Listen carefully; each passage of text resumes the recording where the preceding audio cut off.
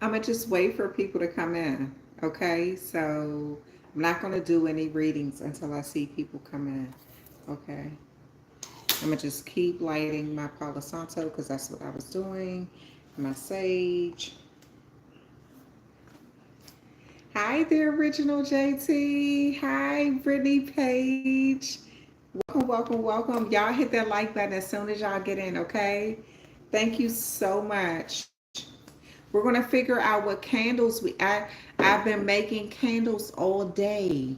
I'm tired. I'm tired, you all. I've been making candles all day. So you all, I'm going to pick just a few candles, okay? 23 people in and 7 likes. So make sure you get those likes up. Make sure you hit that like button as soon as you come in, okay? Hi, Mika. Hi, Lewis. Hi, Kimberly. Hi, Survivor. Hello. Thank y'all so much for coming in. Um, I'm not going to make you all wait too long, okay? All right. I feel like I got something on the side of my face. All right. Hi, Bester 99. Get those like buttons. Hit those like buttons. As soon as you come in, hit the like buttons, okay? Hit that like button, okay? Thank you all. Thank y'all so much for all of your support. Thank you, thank you, thank you, Brittany. Thank you, Brittany Page. Thank you so much. I'm going to go ahead and, because I was lighting Palo Santo, I was lighting sage, I was lighting everything before I came, so I'm gonna just give people a few moments to come in, okay? So we can start on this reading. Hi, Kimberly Brown. Hi, Patrick. Hi, Miss Neat 308. Uh, finally caught you live. Yes, thank you, Miss Neat 308. Thank you, thank you, thank you, thank you, thank you. I love you guys. I love you girls. I love y'all so much for supporting me. I thank you so much for everything. I'm gonna talk about some like random stuff, okay? Before we get into the reading, okay? All right, before we get into the live. So I'm using, you all remember, for those who follow me a lot, like who followed me from day one, Mika Alex, I know you know.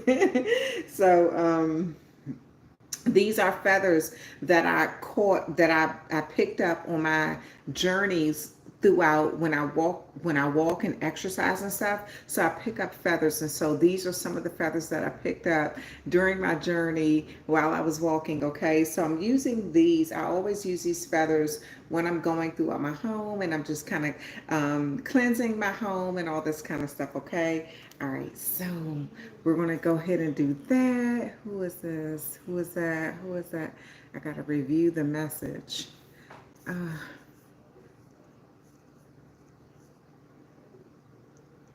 all right, so 46, I only, so what I found was it's way more people who comes in than what I can see. So I guess the what I can see is delayed or something like that. And so everyone who's in here, please hit that like button. I appreciate you all so much. Thank you so much. We're going to go ahead and get into a reading for the super blue moon, the full moon in Pisces, in the Pisces energy. And we're going to just go ahead and have like a good time in here, right? Like we're just going to have a good time tonight. All right, so I made some candles, y'all. Okay, so I made some candles. I have this blue candle here. This is like an indigo color. It's blue for, I made it. This is the only blue candle I made. Yes, I manifest over my candles. Yes, I play certain kind of music when I make my candles. Yes, I do use certain things from outside, out in nature when I make my candles, okay? And so this is one of the candles that it's a blue candle, and I'll be lighting this before I start our reading. But you know we got to do the cleansing. We got to do our cleansing of energy. We got to do that. We got to do that. So we know that this, I don't know, I had the tops on all of the candles. I don't know what's in what. I did so many different colors. And I'm just going to pick random candles. I'm only going to pick 3, okay? So I'm only going to pick 3. And we already have the blue one. So I feel like this is important for the blue candle to be first. This wasn't something that was pre-recorded. I didn't freaking figure it out or anything like that. So we're going to figure out. So the blue candle was the first candle that I picked. Okay. I don't know what these other candles are because I just put them in random jars. Okay. So this is a green candle. This is for your money. Okay.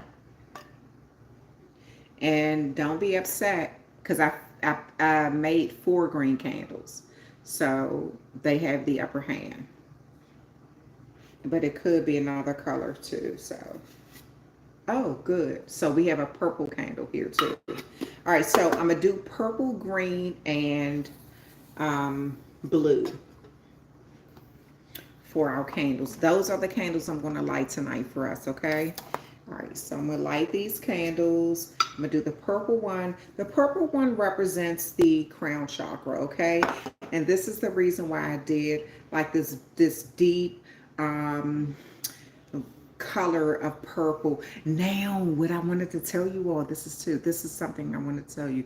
So in the city I live in, we have a place called Union Station. About 15 years ago, right? I purchased these earrings. This lady down there makes these. She makes the earrings, she makes the necklace. So these are actual real flowers that she dips in this stuff called, I think it's called resin or something like that, she said. But anyway, she dips the flowers in there and it kind of like crystallizes them. And so and then she makes them, she was a business owner, a small business owner, and I wanted to support her business. So I bought these about 15 years ago, never really wear them, but I just figured, okay, this is something I'll wear tonight because it kind of matches the color of my shirt and things like that. And so, and these are flowers, okay? All right. So, but I'm going to go ahead and light the candles that I made. I made these candles today, okay? So I'm going to go ahead and light them. And I'm so angry because I don't have my regular, I don't like using these. I really don't. I'll much rather prefer to use the light sticks, okay? But I have to use this because I don't have a light stick with me. So I'm going to go ahead and light these with the intentions for us to have the energy of clarity during this reading for you and me.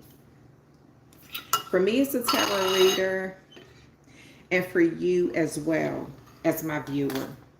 So then that way, just say if I say something right during this reading and you're like, I don't quite agree with that. It's okay. Go ahead and get your own perspective going. Believe in, do what you feel like is best for you. And this is why I made purple candles too. So we can get those our own personal downloads for each other, you know, for ourselves and stuff like that. The green candle is more about money and it's connected to the heart chakra. So this is about your love life. And this is about you being in that energy of having authenticity, you know, doing things from the heart, being kind, and being in that energy where you know that you can attract what you really want in this life, whether it be money, but the right way though with money, right? So we're going to also light this candle, okay? And so we're going to go ahead and cleanse out the energy after lighting these candles. And then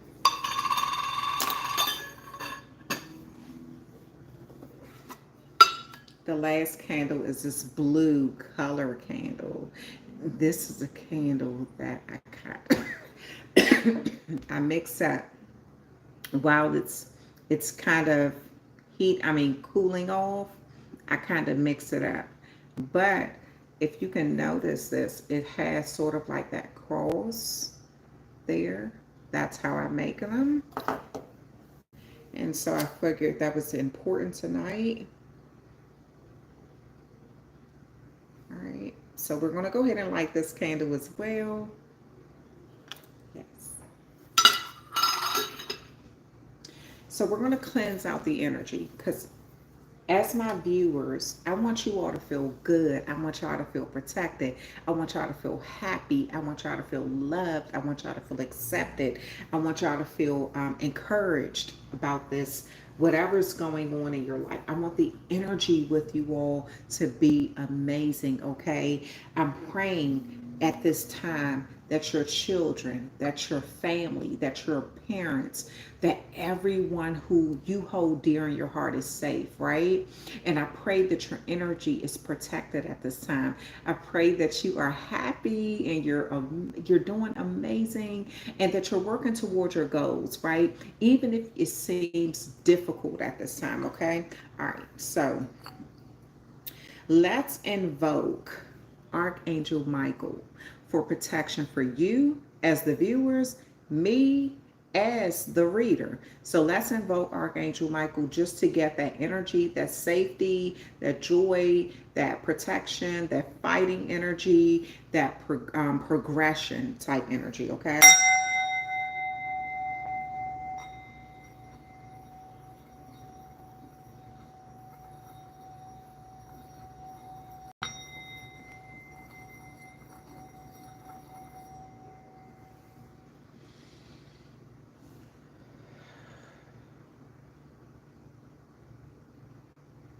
And I do a lot of this off camera. I do a lot of this off camera, okay? So we're going to do it 2 more times, okay? So the next energy that we're going to invoke is Archangel Gabriel. And that's about you being in that energy where you're sure of who you are, you're sure of where you want to be, you're sure of your manifestations, you're concise with them, and you're going to get what you want. So this is important to watch what you ask for, okay? All right.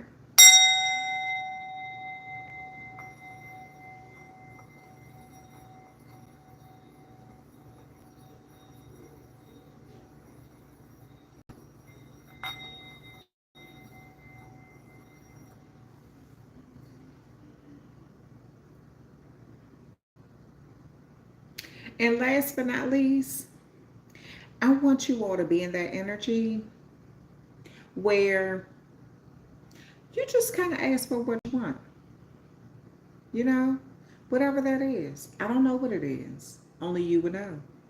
But make sure that it is something that you're not going to regret later, okay? This is where the witch's brew come in, okay, so to speak, because sometimes we ask for things and we find out later it's not good for us, okay? But this is witch's brew. So this is you, all of the stuff that you put into your cauldron and all of the stuff that you've kind of, this is like the negative energy that you wanted to dissipate, you wanted to go away, the negative thoughts, negative energy, people who have really tried to keep you down. You want that to sort of dissipate, right? But you want to bring in some sort of power into your life. You want to bring in that prosperity. You want to bring in that energy of not being able to, I won't stop. I'm not going to stop. I believe in myself. And this is what I want. This is what I'm going to have. Okay? All right.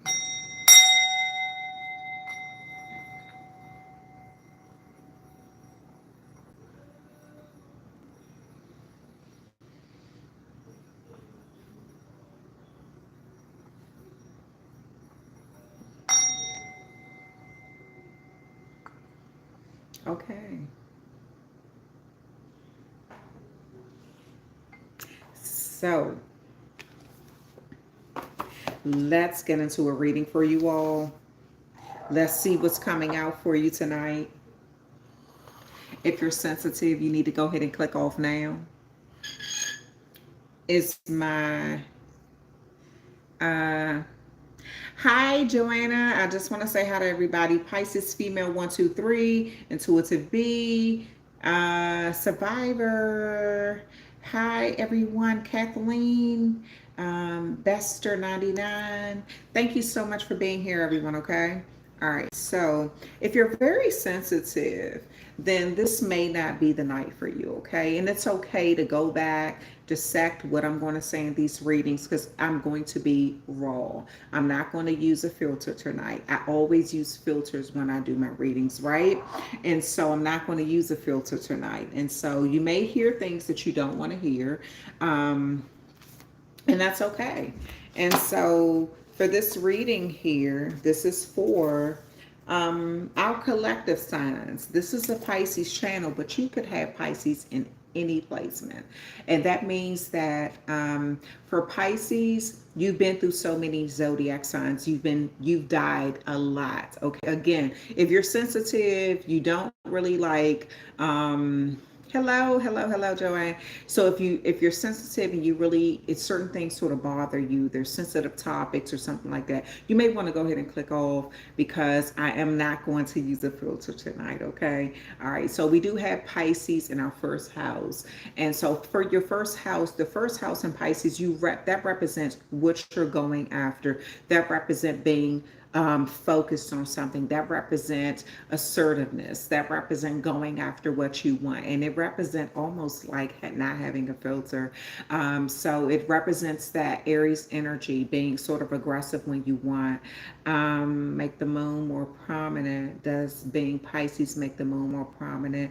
It does, because we are like that sign where we can dive so deep, and sometimes to the point where we can get lost in ourselves. We can get lost in our own illusion, our own emotions, not seeing the truth from reality.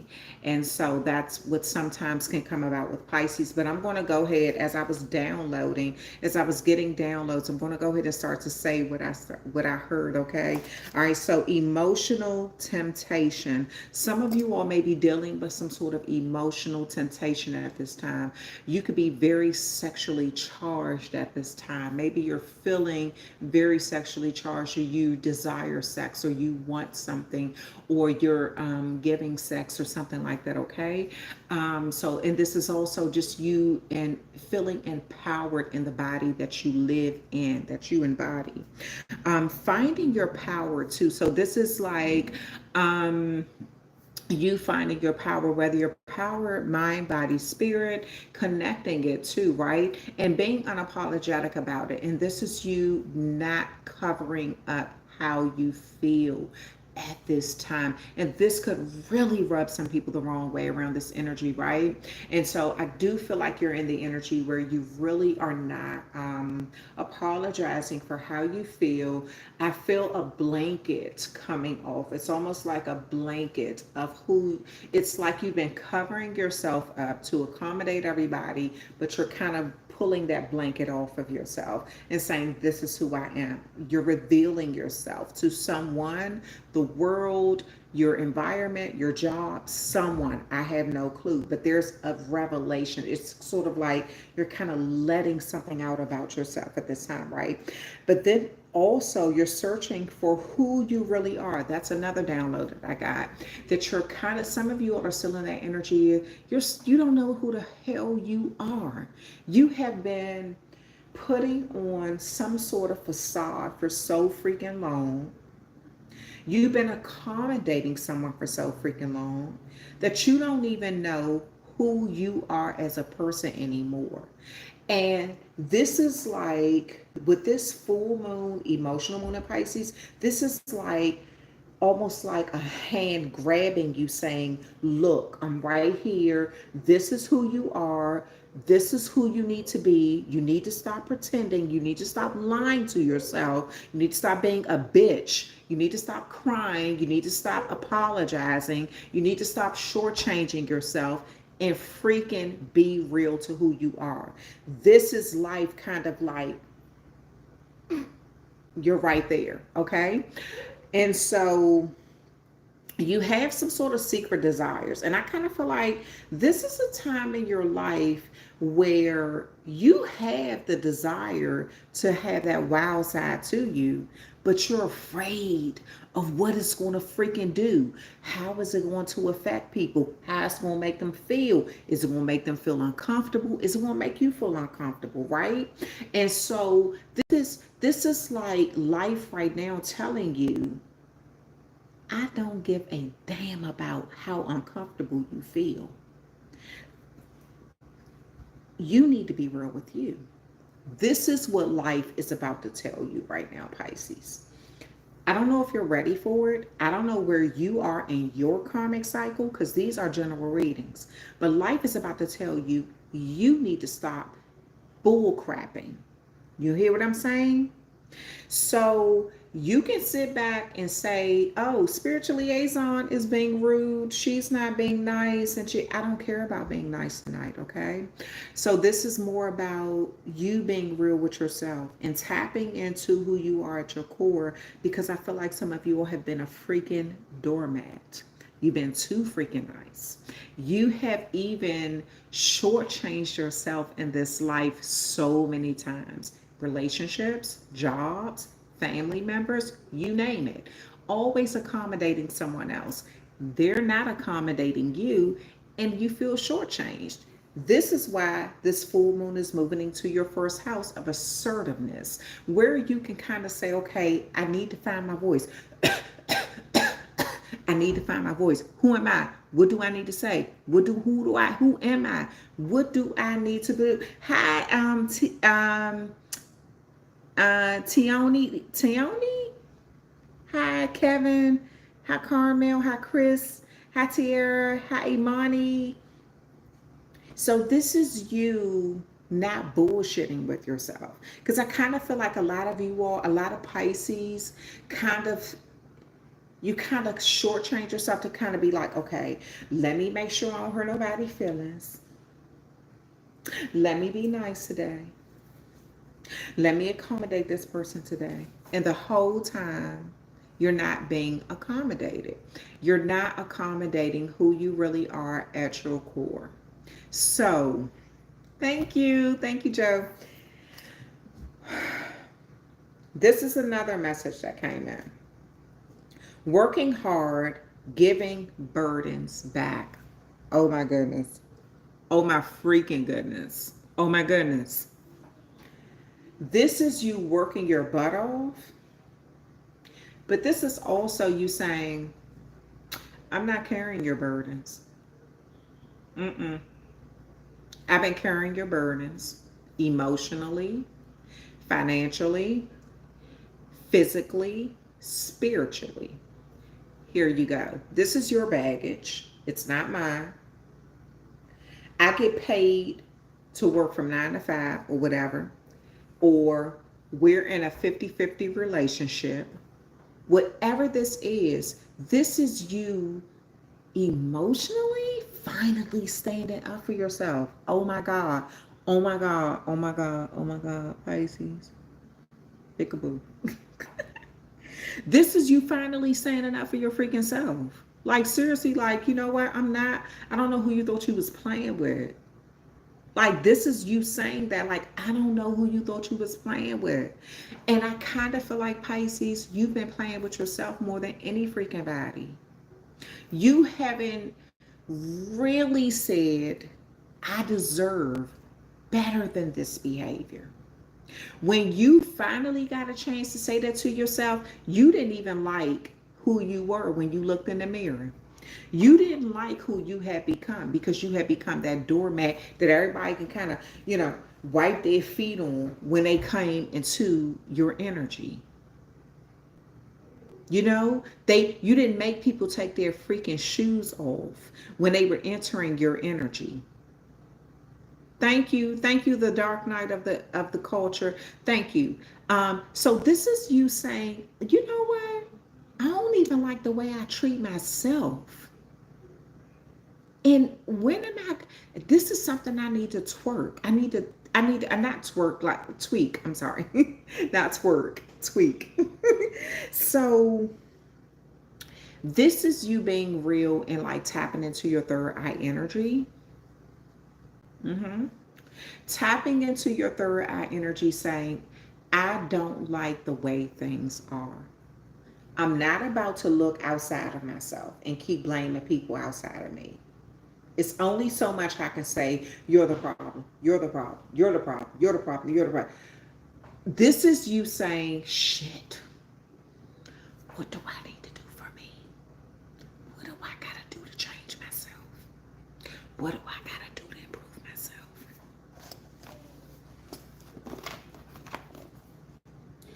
Honey, you say you can't see the moon? Last night, it was hiding behind the clouds, but that thing was so big where I am. It was big. I'm going to tell you something. I feel like I'm so energized right now because I feel like you're in the energy where you have shortchanged yourself. And the universe has said, Pisces, I'm not tolerating this anymore. If you won't change your own crap, I'm going to change it for you. You need to either relocate, you need to change jobs, change a relationship, freaking stand up for yourself. It's something that you are going to have to do that makes you feel uncomfortable. It's not a comfortable situation. It's not like you're going to get whatever you want, when you want it, how you want it. This even may be something that you got to stand up and fight for. Yeah. It may be a situation where you literally have to say, I'm not tolerating this tonight. I'm not tolerating this today. I'm willing to let you go because you know what? I don't like the way I'm sick of the way you're talking to me. I'm sick of the way you're treating me. If this is, and I'm talking about if that's in a relationship, like we need to communicate. There's going to have to be some sort, I almost see a breakdown before you get a breakthrough. This is what I see. Almost like a breakdown of energy before you get a breakthrough. And that's where your frustration is coming in. This is where this, people may be like, oh, you're so sensitive. Oh, you're trying to balance out some level of spirituality with the practical side of your life. You're trying to be practical, right? You're trying to be understanding of other people's needs, their wants, how they feel, their perspective. But you also are trying to tap into the deep spiritual side of you, right? Where you could say, is this helping my spiritual growth? Is this conducive to me being a better person in the future? So there's something, Pisces, I almost feel like there's some sort of magnetic change with you. Like a magnetic. Something is pulling. You know, magnets, either they pull or they push. They separate or they connect. So this is you with all these retrogrades that we got going on. This is you either connecting or pulling away from certain energies and people, certain situations, but you being real with yourself about why you're doing it though. And is it overdue? Why are you doing it? Because did other people say you should do it? Did other people say you should break up with that person? Did other people say you should be with that person? You should tolerate their stuff one more time? This is you looking beyond all of what everybody else got to say. This is you really being real with yourself. I do feel like some of y'all are going to have a major breakdown moment. I'm talking about emotional breakdown. Like literally crying. I feel like that. Absolutely, I've had my breakdown and I'm at peace. Yeah, I do feel like that. This is what I say. I see some of you all literally breaking down, crying. It's almost like a spiritual release of the energies that you've been sort of saying, okay, let me make sure, I don't want to hurt anybody's feelings. I don't want to affect anybody. I don't want to make anyone mad. So let me just kind of, kind of put this away, kind of put this away. This is you getting to that point where you're saying, I can't put it away no more. I don't even have a place to put it. It ain't no way to put it. I don't have no more emotions. I don't have nowhere else to put my shit. I gotta deal with it. This is what I see. Be right back.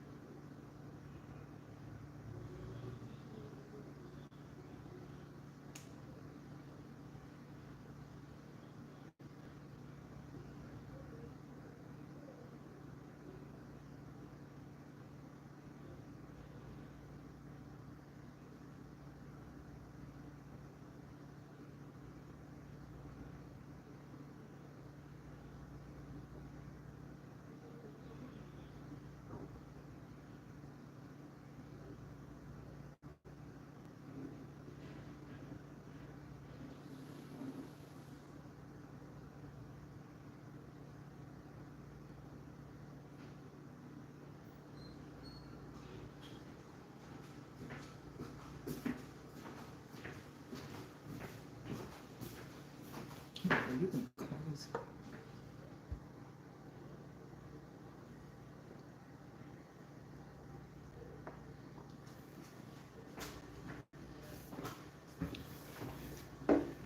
Okay. So, thank you. Thank you.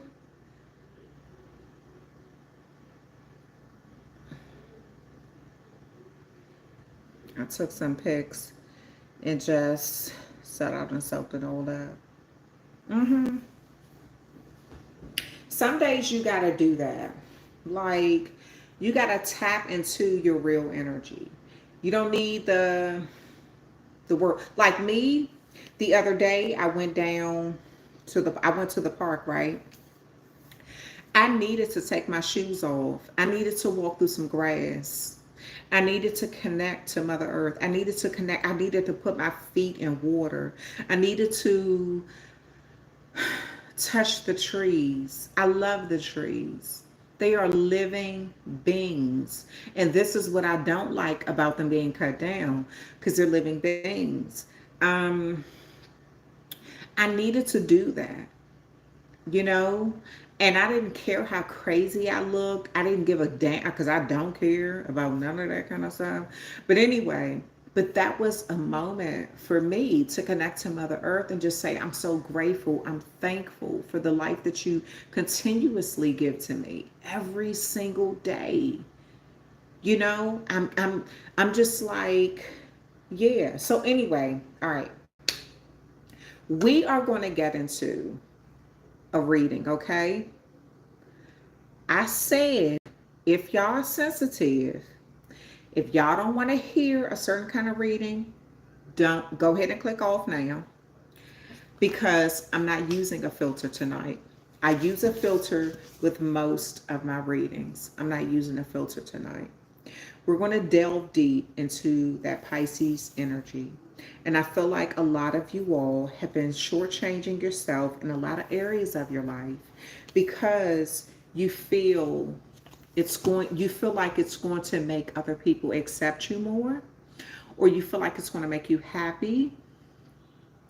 And I went outside a few minutes ago to look up and talk to the moon bare feet when you nice Mika, beautiful baby, beautiful intuitive bee. I did this last night, set the grass by the lake. Yes, like y'all, I'm telling you, Mika, intuitive, Podu, hi Podu. I'm done with the Virgo. Okay, yeah, because it just got to the point where I was just like, you know what? I really need to connect. Really need to ground again, okay? All right, but anyway, we're going to get into some energies, okay? We're going to see, and I'm just going to pull a lot of random cards. I'm not going to organize. anything. Everything is going to be sort of like up in the air, like sort of like how Pisces energy is.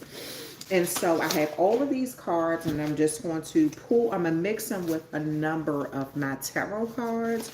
So you just have to kind of work with me, okay? Let's see what comes out. Solar systems, bills decrease. Some of you all need to get for those who own a house, you're going to get invest into a solar system, right?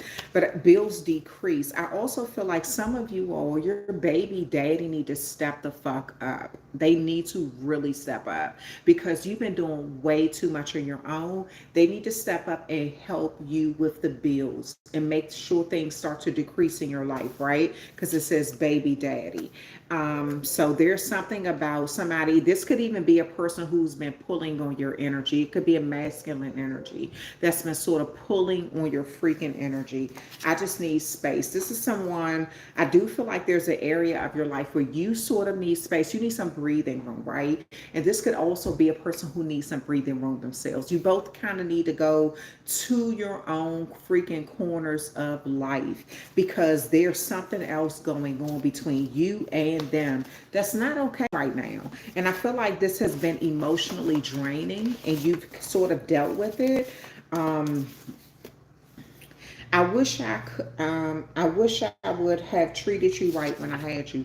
So there is somebody who wish that they would have treated you right when they had you, but they're still lying on you to people. They're not ready to really make that change right now. So they're taking space away from you only because they know they didn't treat you right when they had you. So it's like, okay, I wish I would have treated you right when I had you, but I'm not ready to really mature right now and admit to my downfalls, admit to my faults in this life. So there's something about their eyes too that's significant. It could, a Gemini could be significant.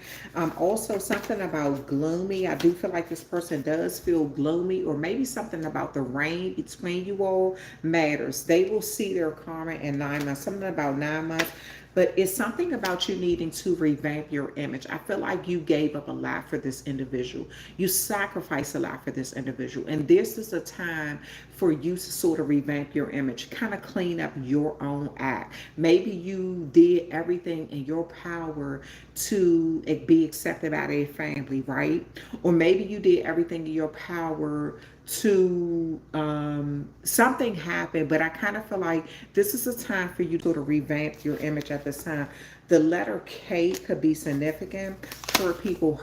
You've been dealing with people who've been hurting you out of fun. They hurting inside. They have not dealt with their issues inside, and you've been just dealing with them and tolerating them. This has thrown your own energy off, Pisces. So this is a time for you to kind of start to see this for what it is. Swords, it's challenging because this is somebody who you're emotionally connected to. You and this person, your wavelengths. You don't understand that the energetic wavelengths that you're on are on the same path in certain ways. This could be somebody who you gave birth to or that you come from. So you're in the energy of, or somebody who you've been around so long that you're connecting to them energetically. So this is a challenge for you to even have to deal with them or cut them off or hold them accountable or put up any sort of barriers with them, because you are in the energy of accepting. You're used to accepting who they are right now, not who you need them to be, but just who they are right now, right? A karmic. Let's talk about this. Somebody want to talk about something. Let's talk about sex, baby. Let's talk about you and me. So something about somebody, they want to talk about something with you at this time. Now, does this mean that you all are going to come to some sort of conclusions? Not necessarily, but it definitely means that they want to talk with you just to hear your opinion. You hear their opinion, right? Something about the Mega Millions, something about something being almost like a gift, priceless, something you both are trying to seek right now. You're both trying to win. Both are trying to win an argument. Both are trying to win the other perspective. Both are trying to win the public's view, something that you both are trying to win right now, including you, Pisces. Don't fake, don't get mad. You trying to win something too. Okay? Ship. Personal journey, transformation, and staying afloat. Some of you all have been feeling like you're trying to stay afloat in this life, in some sort of connection in your life. And it's a constant battle. Why is it a constant battle though? That's the thing you need to ask yourself. Why do you feel like you have to keep coming up for breaths in a relationship? Shouldn't your person be there with a life jacket? I'm not trying to be funny. Shouldn't your person be there like, I can give you what you need? Can you give me what I need? We're both here for each other.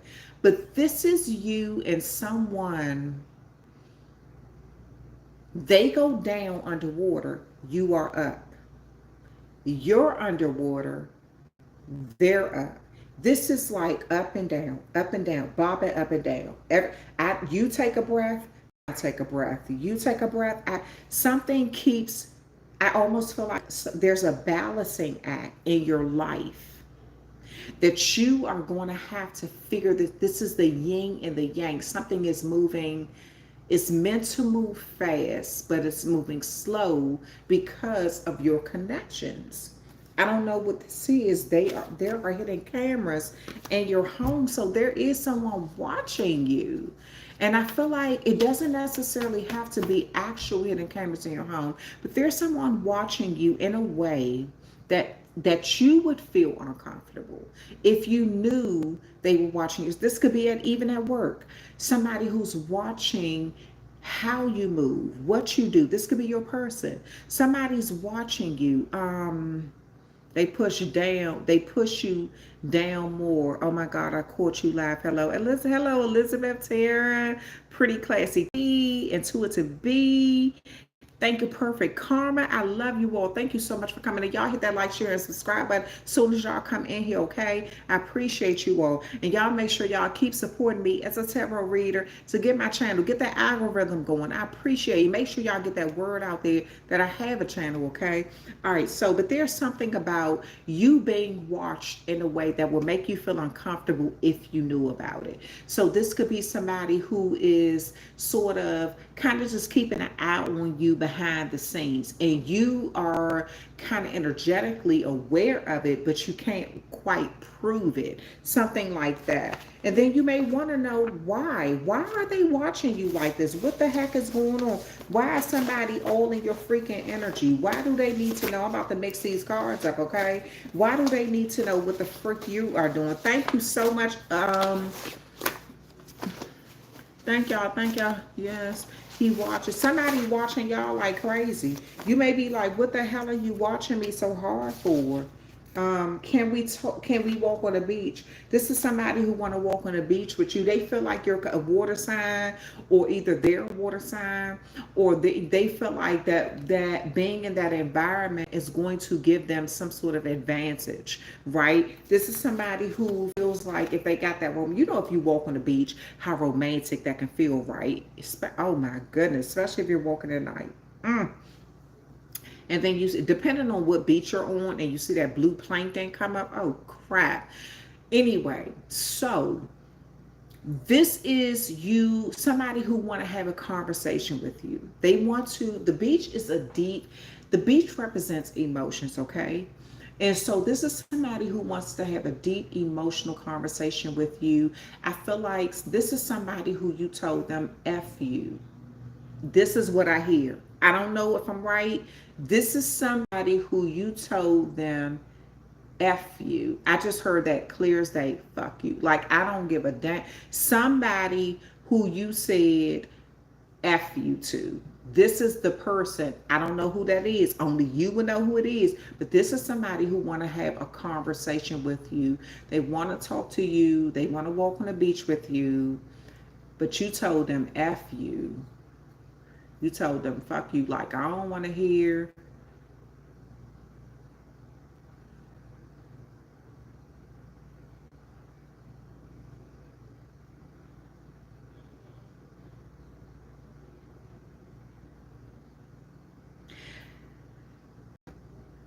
It's something about a small child that just came up. It's either you all's child, they had a child, or a grandchild. There's a child that's under the age of 5 that's significant. I don't know what the heck that is.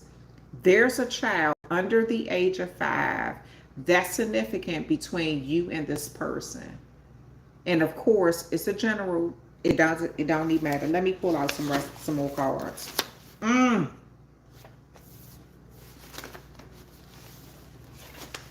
Yeah, there's somebody who want to walk on the beach. Somebody may have a child. Karma. This is a karmic. You want them to be your twin flame. They was never meant to be your twin flame. They only came into your life to teach you some valuable lessons. And I don't care if y'all was together for 20 years. It hurt like hell. You want to karate kick this motherfucker in their throats with steel toe boots on. But it's meant for y'all. Y'all, they are karmic. I miss you like crazy. They miss you. They miss you. They miss you like crazy. They miss you so bad. They can't even deal with the breakup right now. They're not accepting this. I feel like this is a person who you made your choice, now deal with it. That's some cold-hearted so-and-so. You made your choice. So some of y'all are telling somebody you made your choice, now deal with it. This is, he's in jail. Oh my God. That's what it is. He made his choice. He's dealing with it. He's in jail. You made your choice. Now deal with it. How can you deal? Goofy. It's not funny. The letter M could be significant. Blindfold. Not seeing clearly. Someone is refusing to acknowledge the truth. Someone is hiding the truth. There's some sort of blindfolds going on, and this could be from you or them, right? So this is either they are not acknowledging the truth or you're not acknowledging the truth. But either way, somebody is lying to themselves. The blindfolds needs to come off because somebody don't want to see something clearly. It's like, I want to keep lying to myself. If I keep lying to myself, maybe I can make it come true. Maybe it'll be true what I said or what I think it's a fucking lie. Take off the shit. Take off, like, stop being a dummy. Understanding accomplishments. Something is, it's like there's an accomplishment that need to be achieved here. And as long as you keep on them blindfolds, you're going to keep screwing yourself over. And you can't keep blaming somebody else for your screw ups. Like, if you keep it to, this is the equivalent. So, you know what? So, y'all don't think I'm being hard on y'all. I'm going to use myself as an example. In my domestic violence situation, right? Me and him was together almost 5 years. We was one month short of 5 years, right? So he went from putting his hands on me from once a year to twice a year. 2 years in a row, he put his hands on me twice a year. That's what made me leave, right? I was like, this is getting intense. Like, yeah. So I kind of feel like there's a situation in your life where you got to your breaking point. Your breaking point looks different from everybody else's breaking point. And damn, you got, wait a minute, damn, you had my initials, first and last initials of his name. And yes, he has definitely had me on blind. I'm sorry to hear about that.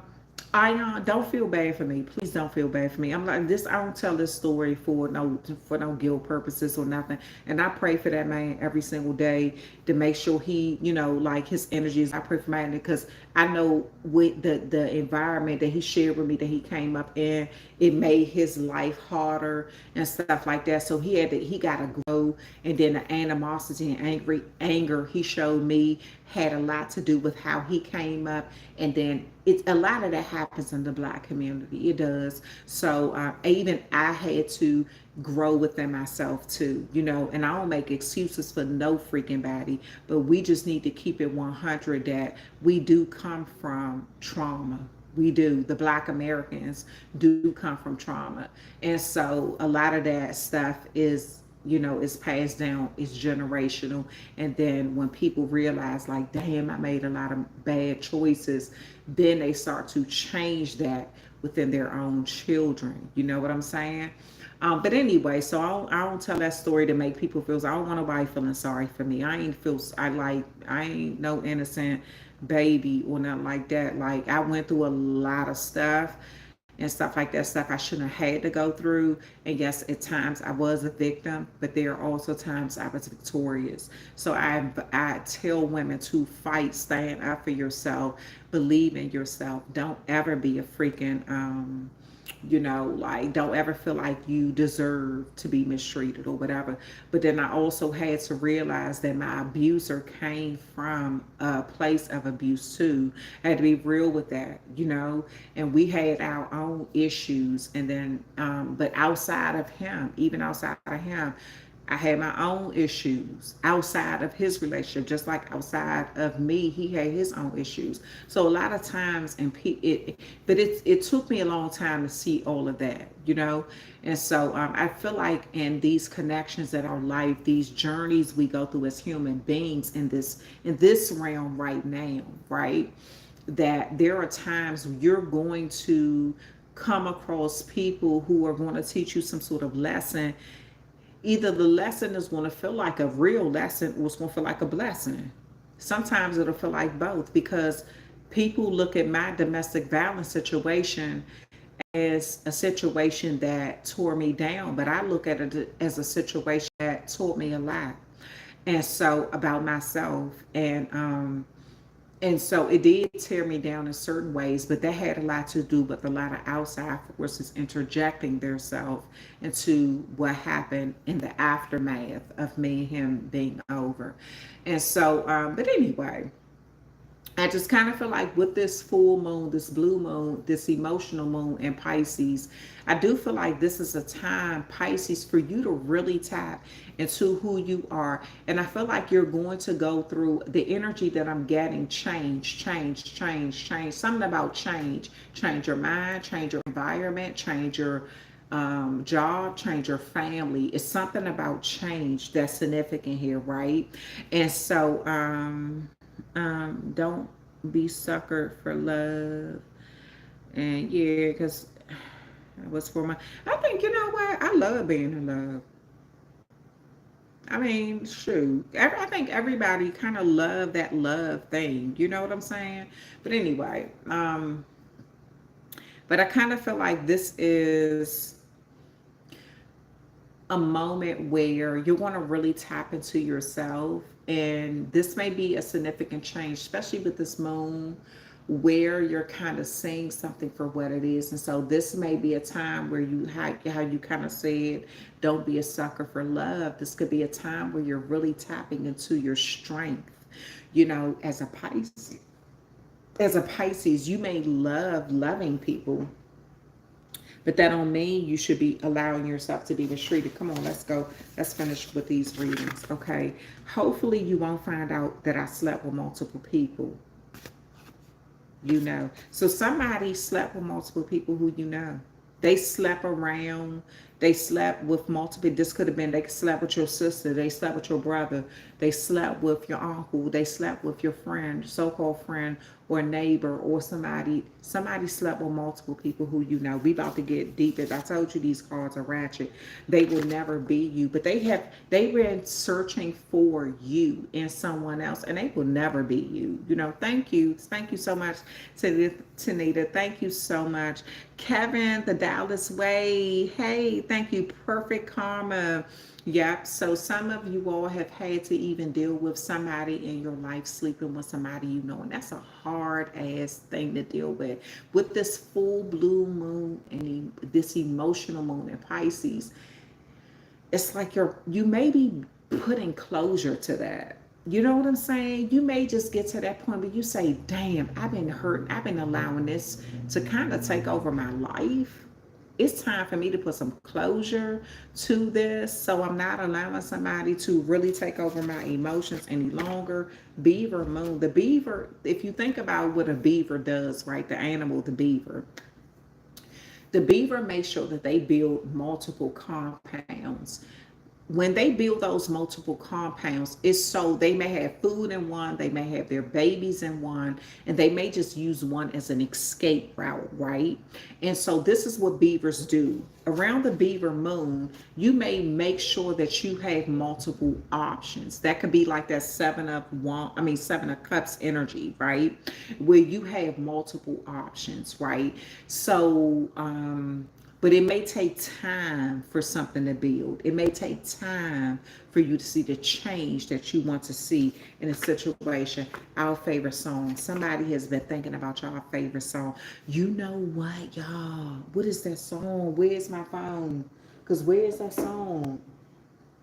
It was a song. Oh, if I could put time in a bottle, the first thing that I like to do is to sail every day and spend every moment with you. That's what I was hearing. Somebody wish that they could sort of put time in a bottle. Jim, what is it? Jim Croce, yes. If I could put time in a ball, that's what I kept hearing. And I said, who? And I looked it up, and that's the song. It's it. That's it. Jim Croce or Jim. I said, where's that song coming from?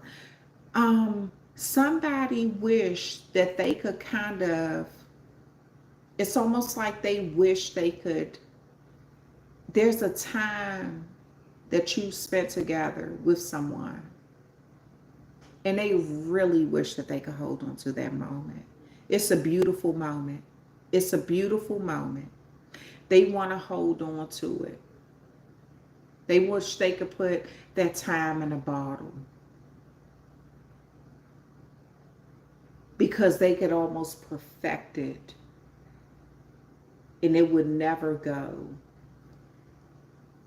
If I could put time, that's what I heard. All right, let's keep going.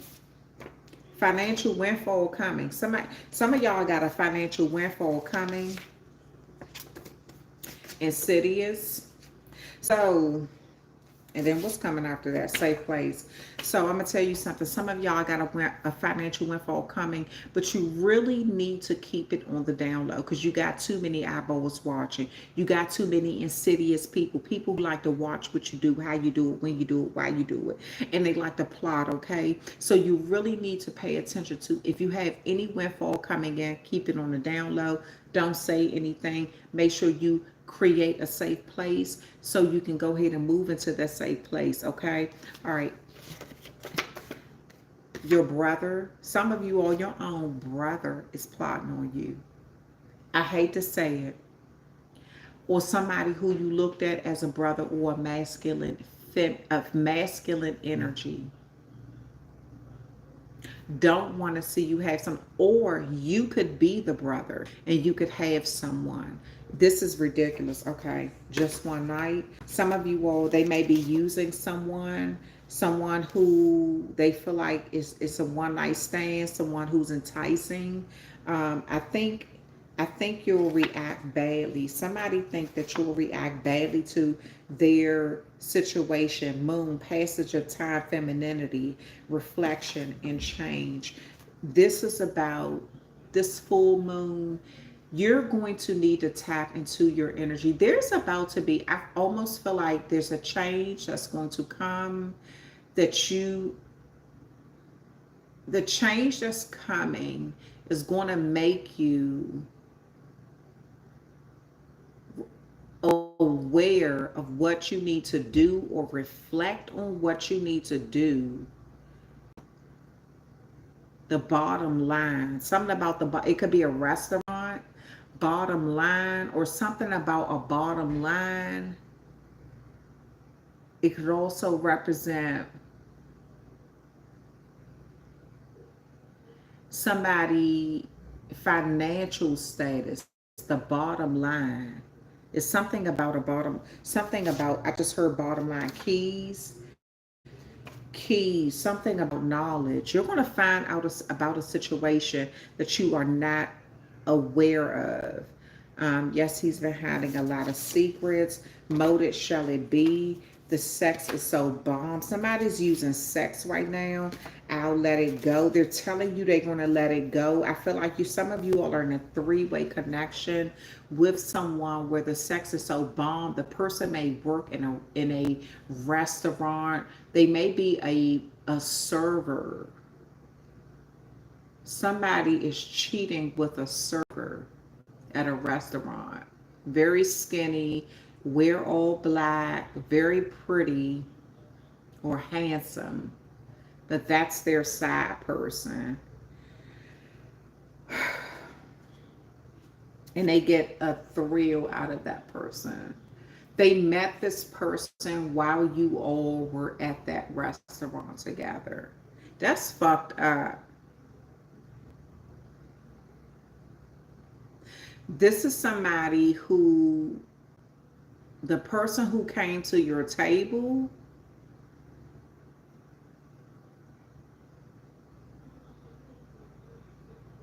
somebody who came to your table to serve you is with your person. They're a third party. I know you dislike me, so let's just let it go. I don't know. I have been trying to manifest you back into my life. Maybe some of you all found out about this. I talk about you negatively because I'm embarrassed I could not keep you. So I do feel like, hey, Dika. Hi, Deborah. Hi, Deborah. Amani. Caramel Kisses. Kevin the Dallas. Your father. Some of you all, your father is significant as well as your son. Something about your father and your son is significant here. 777 is significant as well as the the letter B. So maybe your father, your son has B. It could be a nickname, B, or something like that. 777. The universe is with you and supporting you on your spiritual path. So the universe is supporting you regardless of what you had to go through. Some of you all had to deal with a person, your significant other has cheated on you with a server, somebody who works in a restaurant. They played that song, If I Put Time in a Bottle. It's a dark restaurant. I can see it. It's a dark restaurant. It's not well lit. Look, music. Somebody's,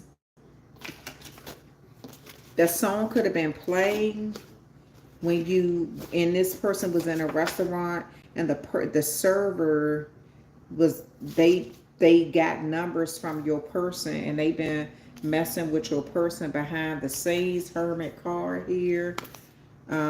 F is significant. Fuck you, F you, F.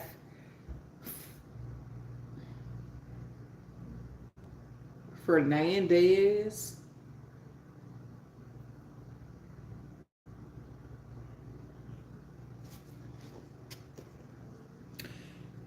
Big breasts. Somebody like big breasts.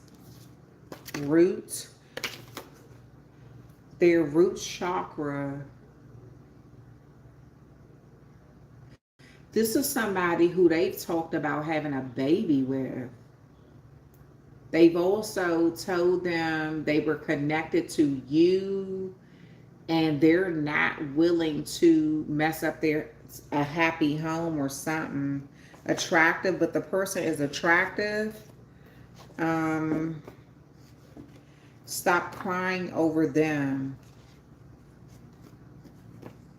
Dog, loyalty. You feel like this person is a dog, but you stay with them though. You know they're not telling you the truth. You know they're not honest. You keep you keep letting them tell you that y'all headed in the right direction or something. And then you be crying over them. Pregnancy, yeah, somebody got somebody pregnant. They could have had a number of people pregnant, like a dog. You know, a dog will kind of sleep with a number of people, a number of other dogs. I will ruin you. This is somebody who you were sleeping with the enemy. You are so beautiful to me. So they love you, but they hate you at the same damn time. Who's going to be bothered with that? H, the number H. I feel like H represents hell on earth. This person has been hell on earth, or you're dealing with a hoe.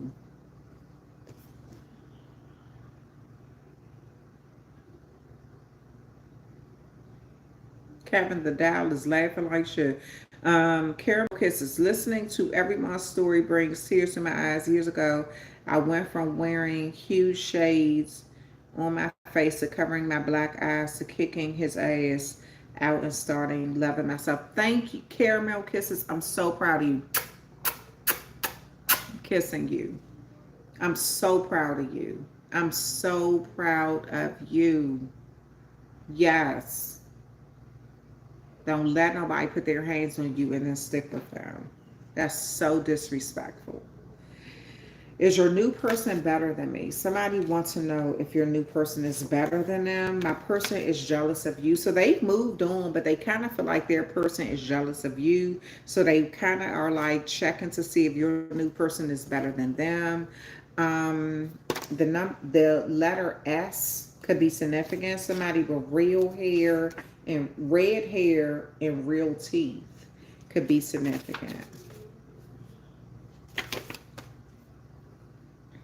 They know everyone is questioning their behavior. So maybe you all are connected like family wise, and they kind of feel like everybody is kind of questioning what they did.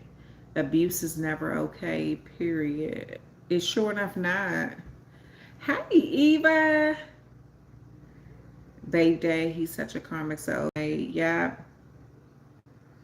Yeah, because I see a lot of something happened in a restaurant. I don't know what the fuck the restaurant got to do with it, but it's like I see like literally like almost like orange glasses, or the glass windows, or maybe they had orange in them, or a shade that came over the table had orange, and it's like a dark restaurant. But the person who you were with was flirting with the freaking server, and they've been sleeping together. Disgusting. Orange, his gel colors just that could be it. Even his orange jumpsuit, orange, huh? Yeah. They wanted to kill you. Somebody got pussy whipped or dick whipped, and in their mind, it was like, I just want this person out the picture. I'm insecure around you. This is somebody who's been around you, but they insecure because they know something going on between you and your person that's serious. I wish I could turn back the hands of time. I feel like your person kind of want to turn back the hands of time. There's a difference. So I feel like whoever they were with was like really more, it was almost like infatuation. Okay. So it was like, okay, I'm infatuated with this person. They're a sexy thing, whatever, whatever. I'm going to get my rocks off. I'm going to have a good time while I can. But it became clear that whoever they were messing with, like the side person, it became clear real quick that it wasn't going anywhere. That this person wasn't like, they may have been cheating on you, but they had no intentions on really leaving you. They didn't. As long as they could be with you. But I kind of feel like something was going on with somebody who they were cheating with. They kind of was starting to get turned off. But it's like, okay, we had a good time. We had a good time. I'm here for a short time, not a long time, for a good time. It was like that. And the person didn't take that kindly. They started plotting. Ever yours, they had a stalker. They didn't put that thing down so damn hard. They got a stalker, y'all. So your person got a stalker, an ex. Look, the ex came out. There was a stalker. There's a stalker.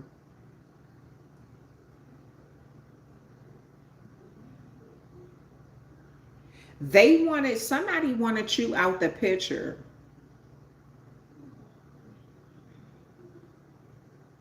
They was willing to do anything for that. Breadcrumbs. They was breadcrumbing the person. It's not you, it's me. They told the person it's not you, it's me. But the person like, nah, you going back to your person. But they like, okay, I met you while I was with my person. What you expect? Like, what the hell? Motherfucking.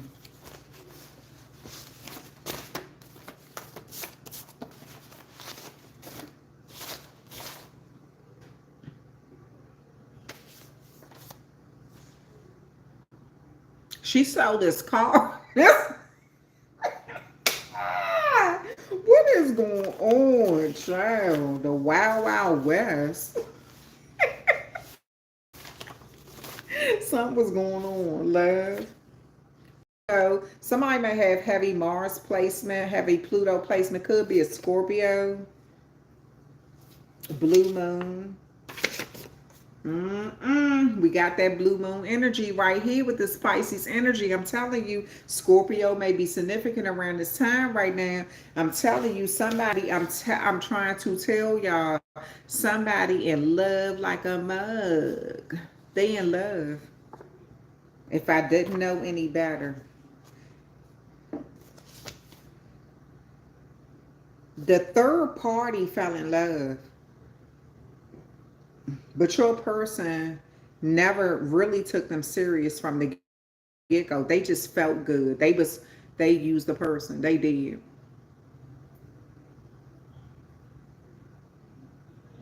They used that person. That's so unfortunate. They used that person. I feel like they met them while they were with you. Could have been at a restaurant. 666. The devil here. A lot of manipulation has been going on between you and somebody. A lot of devil energy here. He kept cheating with her. He kept cheating with her, but I'm gonna tell you from what I see, he wasn't happy.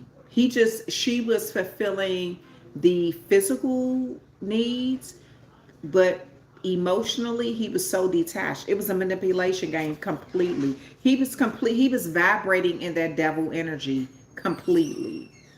Like, I'm gonna manipulate this chick, I'm gonna get what I need to get, I'm gonna get my rocks off, and then I'm going home. It was that kind of energy. Or this is somebody who did not take, they may have not taken you serious, but they ain't take the other person serious neither. I'm not saying that to make you feel better, but they really didn't. This is a fucking master manipulator, like, for real.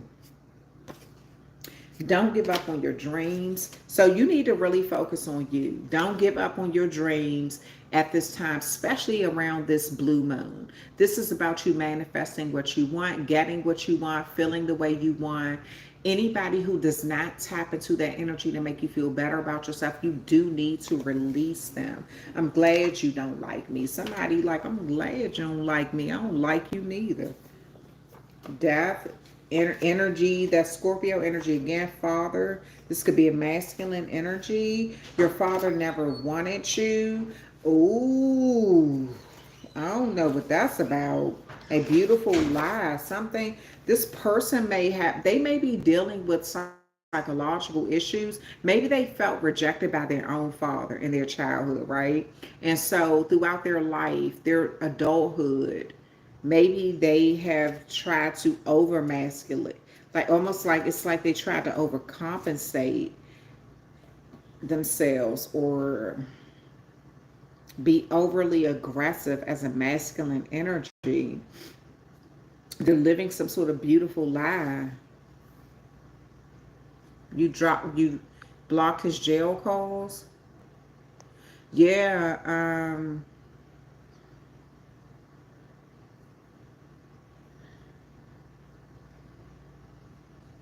I do feel like this person is a masculine energy.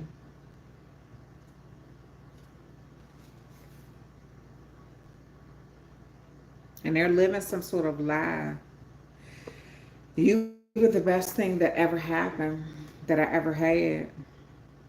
So this is somebody who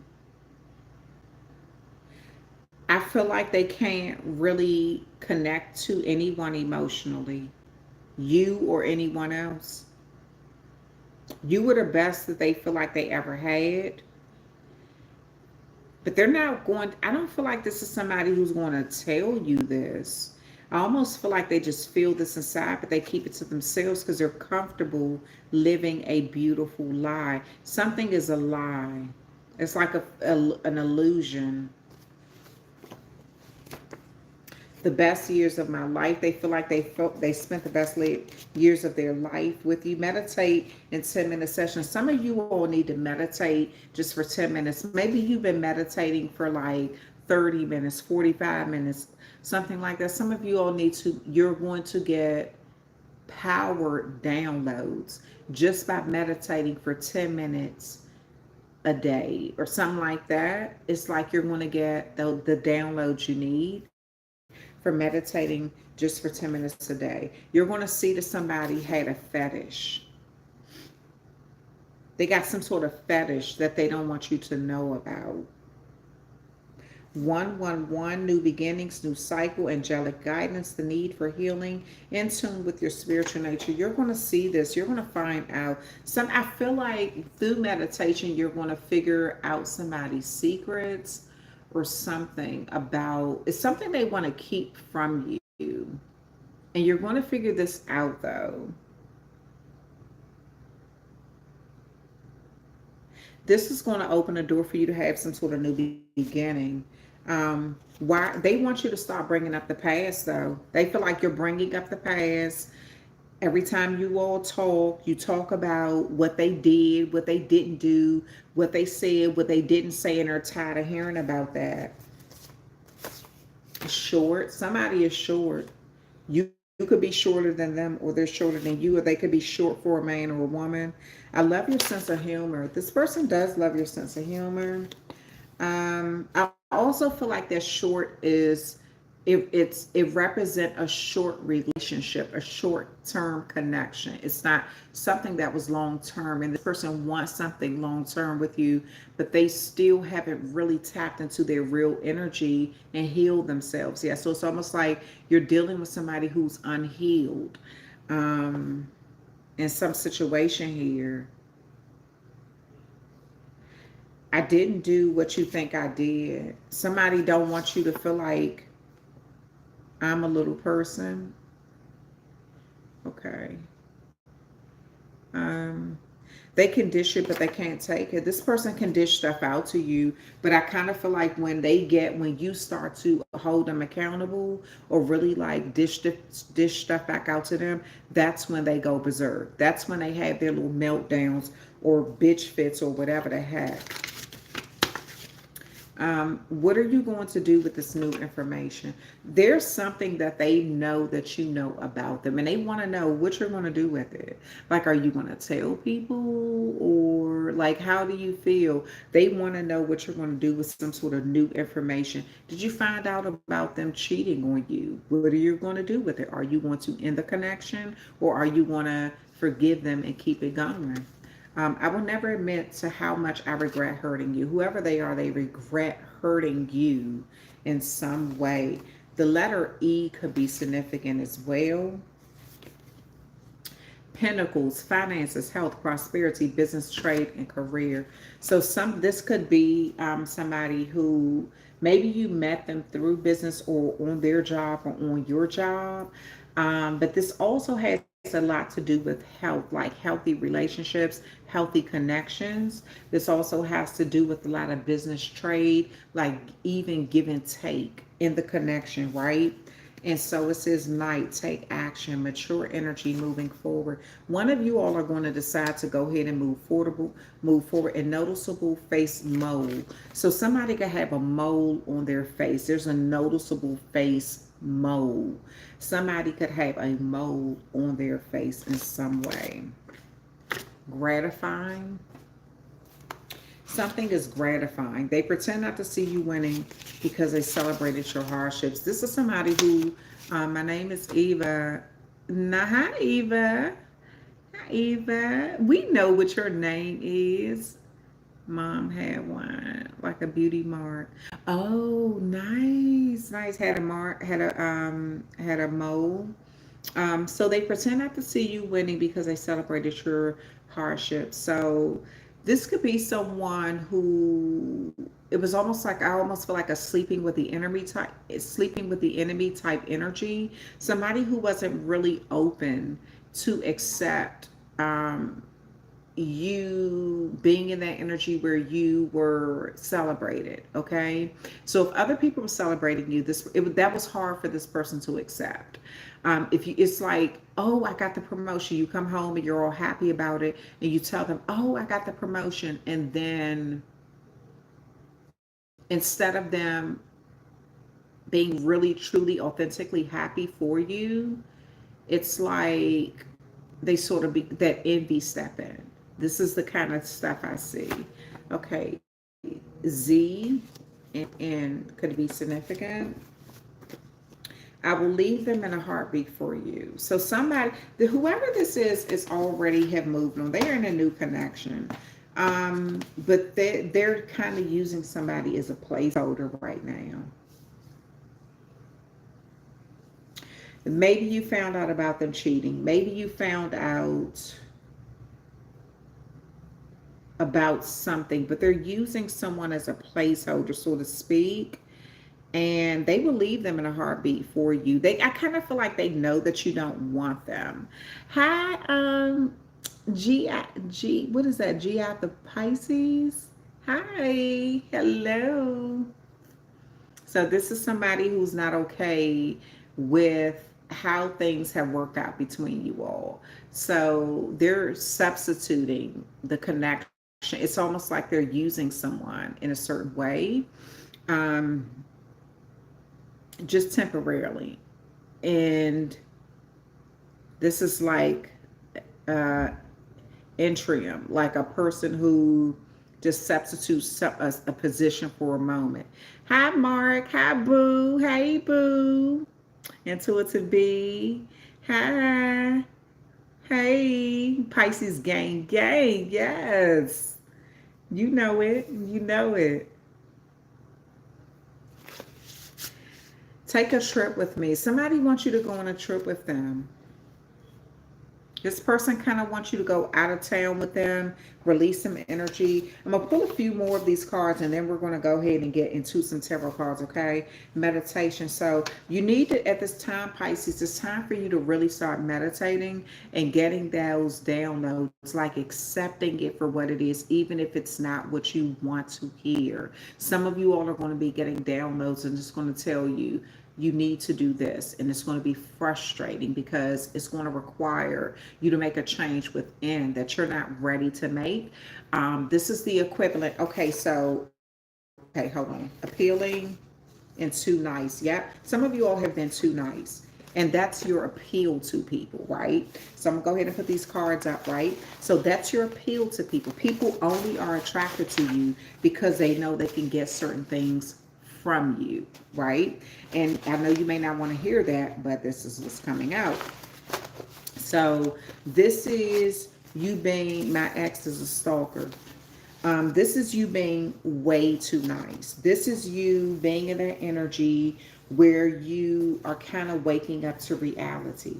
This is all, I almost feel like there's going to be a time, Pisces, especially around this full blue moon, emotional blue moon, where some sort of significant change is going to happen with you. This could be, so I'll use this as an example. Just say you're the black sheep in your family, right? You're like, why am I going through all of these connections like this in my adulthood?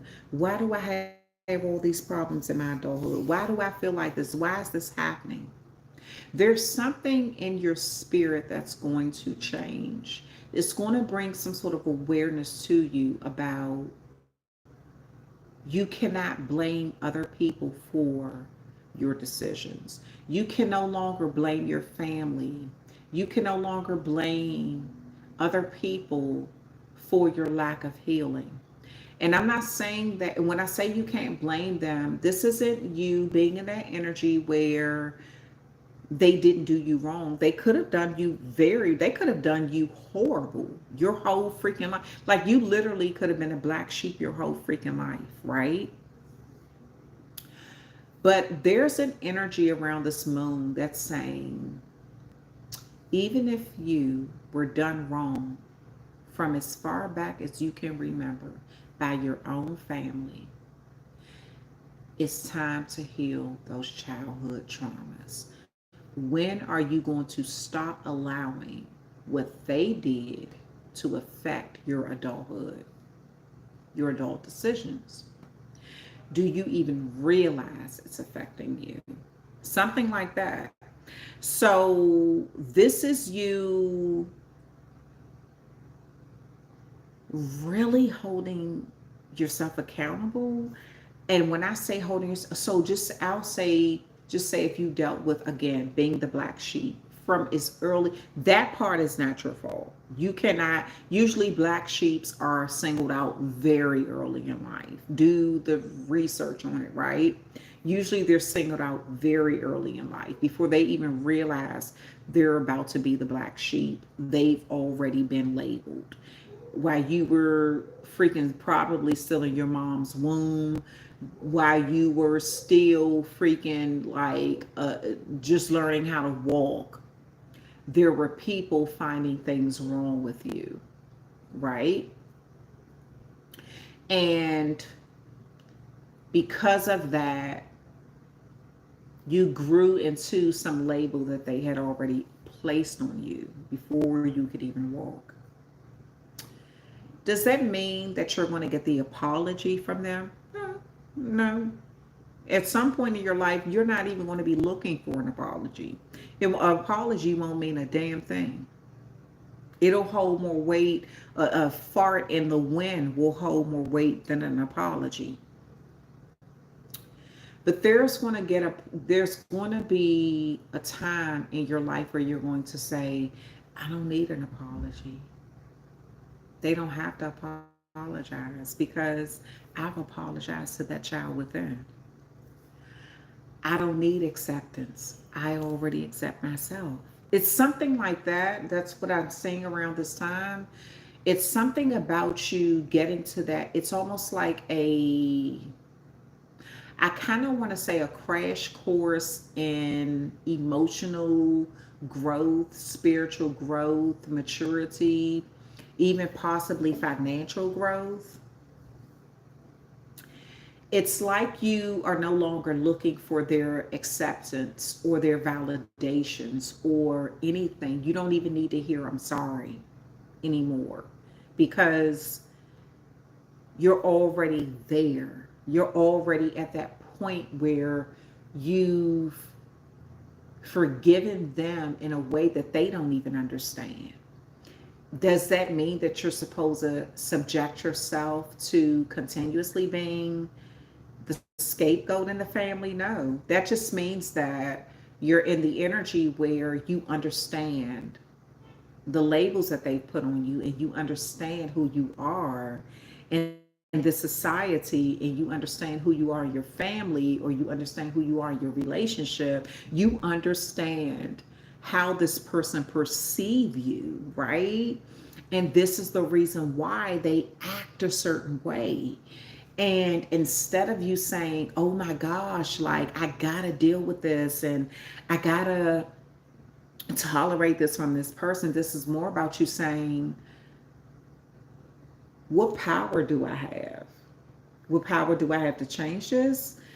Do I have to tolerate this? Do I need to tolerate this? How is this conducive to my growth? Like, it's like you really dissecting something. And I see some sort of major change with your emotions. And I feel like it has a lot to do with a lot of healing, Pisces.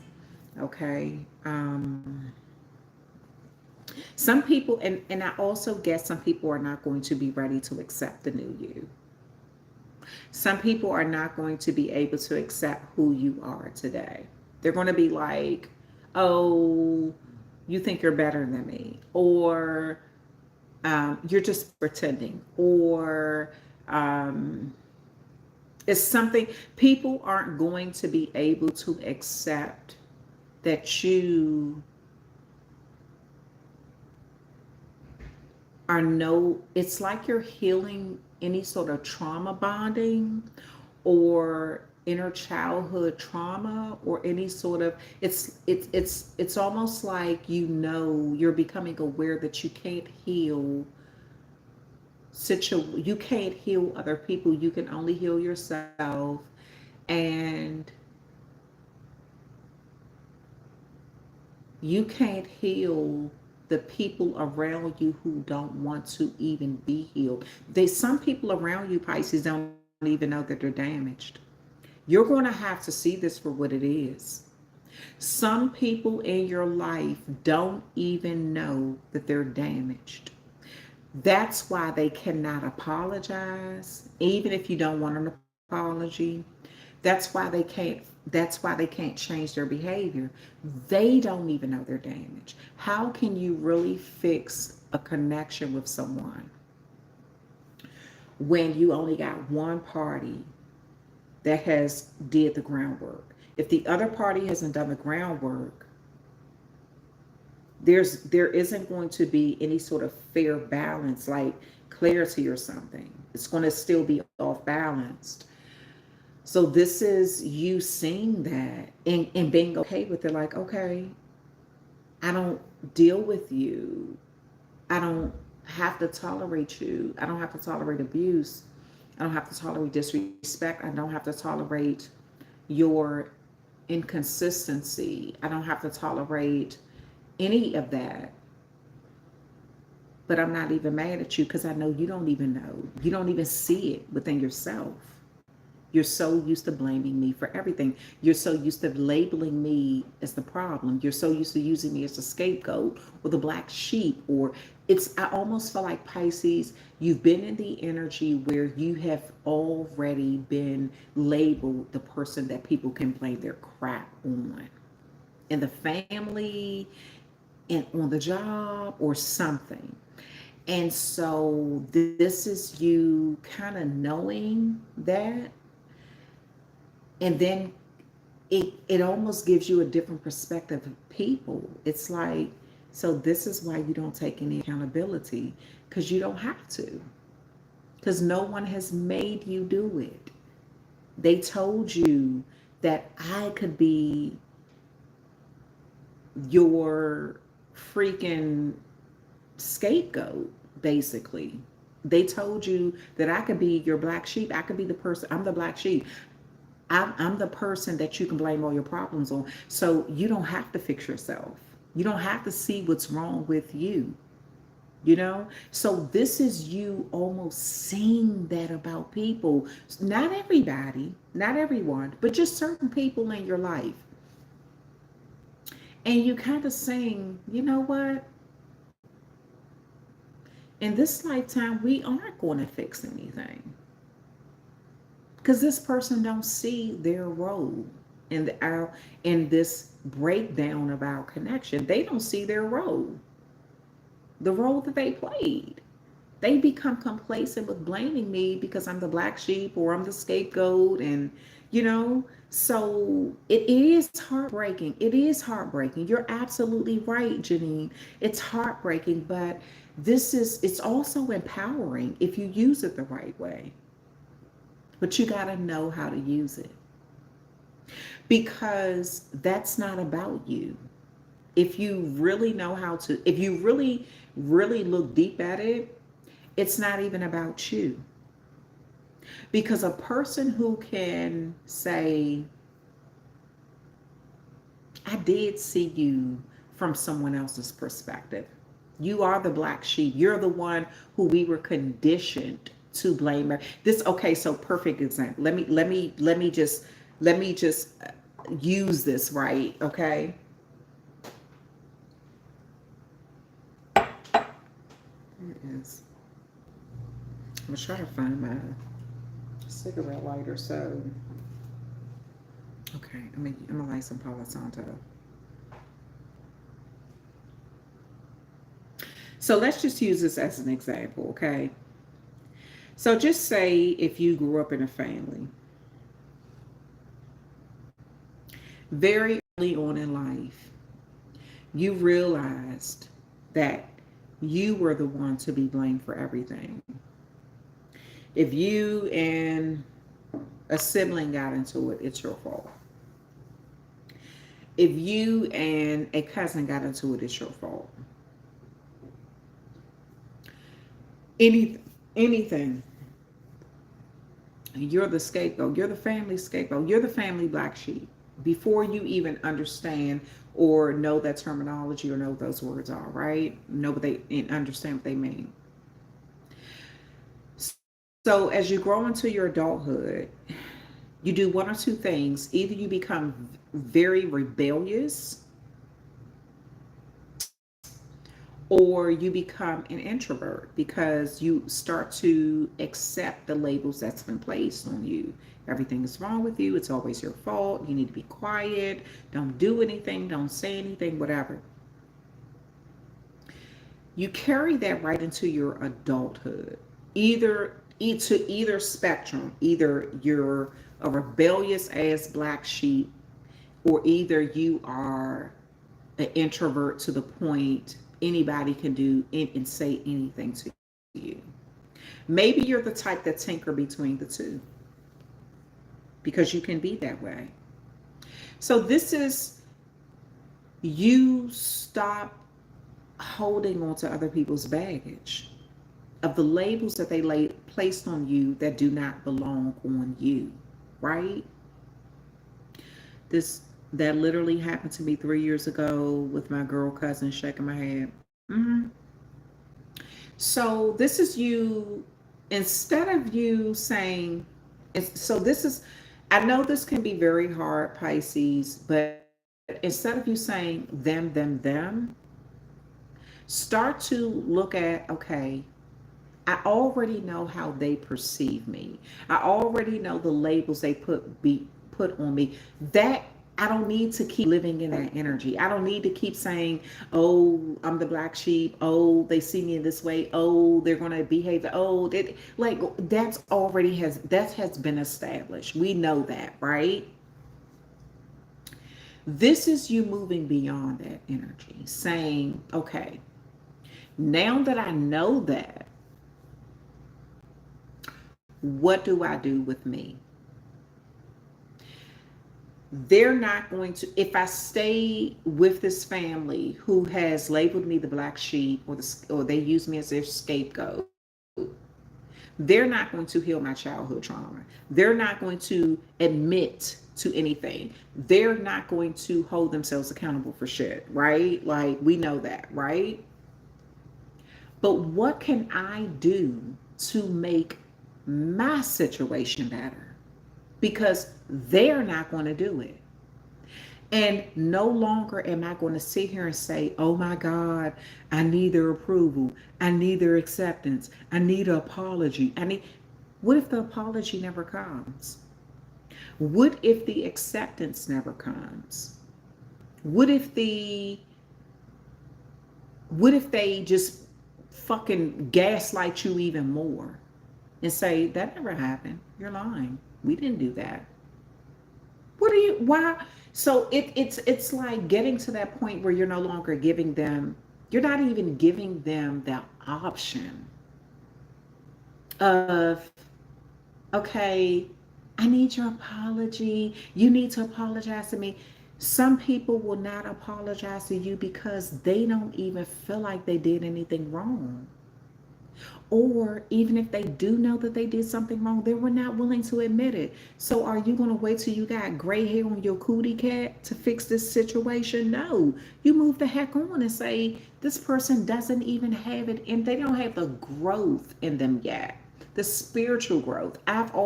They may be older than me, but I've already excelled spiritually past them. So I'm not about to sit back and say, I hope they apologize. I hope they admit to what they did wrong. I hope they see the error of their ways. The hell with that. What if they never see it? Are you going to slow down your life or stop your life? No. You keep moving. Because just like you have your path, they have their path. They may not even see it in this lifetime. They may not see it in this lifetime. You can see it as clear as day that they're damaged, they have unhealed trauma, they've used you as a scapegoat so they don't have to deal with their own crap, their own husbands or wife cheating on them, a domestic violence, freaking kids don't like them, abuse from their own parents, their whole they got their own crap to deal with that they have not dealt with, and they are projecting it on you. You have just been labeled the safe person to dump the emotional trash on.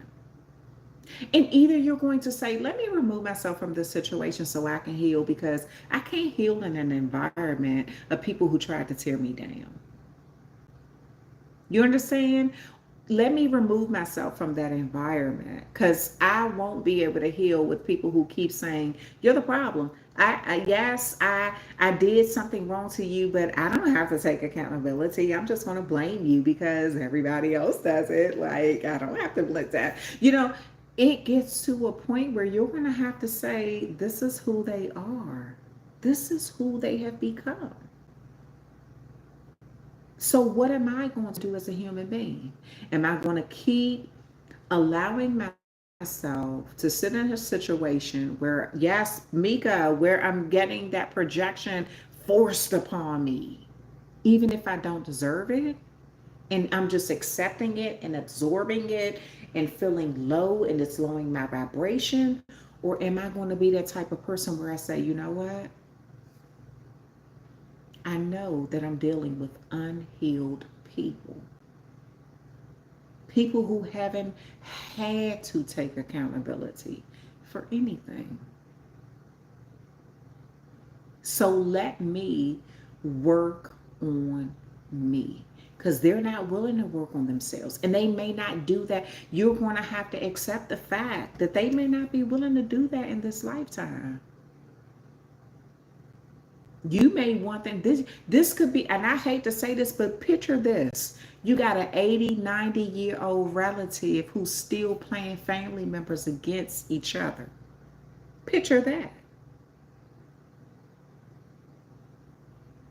That's somebody who's unhealed. And you're sitting there waiting for them to wake up to reality and admit that what they did was wrong to you. If they don't have it in them. So this is you saying, I'm not waiting for anybody else to heal. I gotta heal me. I'm not waiting for no apology. I'm not expecting no apology. I don't want to hear I'm not even tripping off of that. I just want to heal me. This is what this blue big emotional moon is about. This full moon is about. You looking at the full picture of your emotions, where it comes from, the root of it.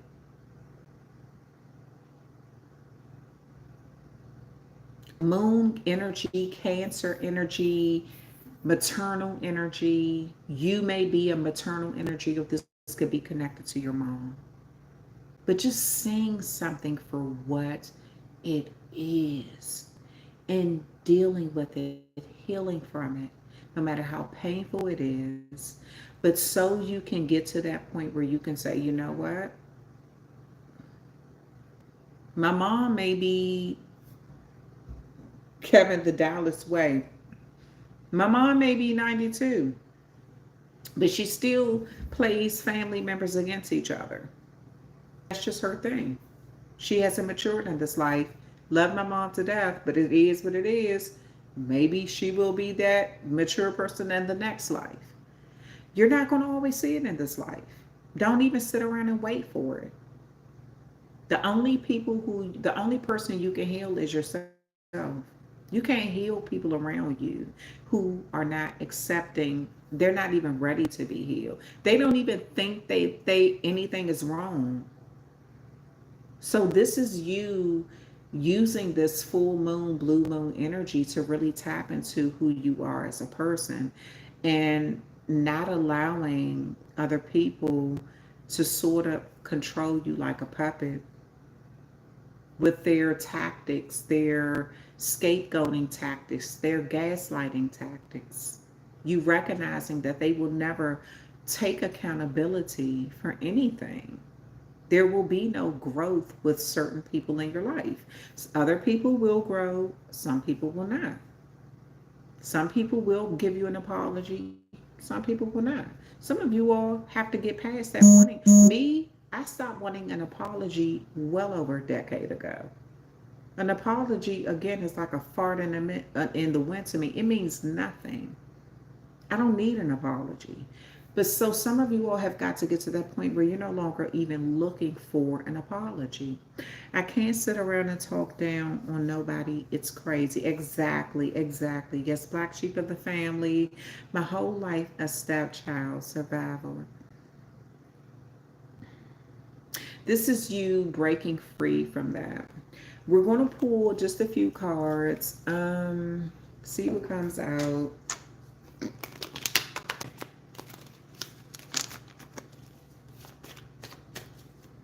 Well, don't, Jasmine, don't be in that energy where you're only doing what other people want. You're not being true to yourself. Okay? Because this is about you balancing your spirituality and practicality at this time, especially when it's not genuine and authentic. Exactly. Six of Pentacles here. Yeah, this is good karma, bad karma, whatever you put out coming back to you. Taurus could be significant. Three of Rods. Aries could be significant. You waiting to see something turn around and trying to be strong at this time. Your energy at this time. There's about to be a bunch of communication about something moving back and forth. You're going to have to find your power in even give and take. Some of you, the balance is off. You've been giving too much or either taking too much. And you're going to have to find some sort of balance in the situation here. Okay? The Queen of Pentacles, Virgo energy. Something is coming back to you. There's some sort of betrayal that you're going to also have to work through too. And this is something that I kind of feel like you've been trying to avoid. This has a lot to do with your emotional energy. This could be from your parent, this could be from your significant other, this could be from your child, this could be from a community, but some of you all have a serious betrayal that you need to really work through. You need to address. And you haven't wanted to address anything. Just because it has been it's been, I almost feel like some of you all fear this. You fear what's going to be said, what's going to be done, or the challenges that's going to come after this if you open Pandora's box. You kind of almost fear something. King of Rods here. Eight of Rods. A lot of communication is going back and forth from a power energy. Some sort of power source. Somebody who has power. This could be the head of a family. This could be a manager. This could be a head in the community. Somebody who has power has a lot of energy in words going back and forth. Five of Pentacles there, Ace of Pentacles there, the Justice card there, and the Lovers card at the bottom of the deck. You got Three of Pentacles here. I'm going to tell you, you're about to come across somebody who is doing something for you publicly. They're doing it for clout. You got somebody who's about to come into your energy, who, I don't know whether some of you all have fallen on some hard times with this Five of Pentacles here, but there's someone who's doing something, giving you something for clout.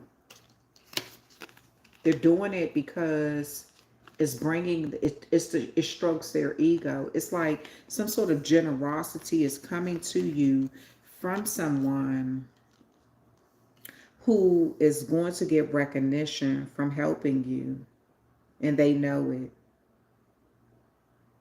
It's like you're somebody who is going to be presented as this poor person who just needs help, who can't get out of a bad situation.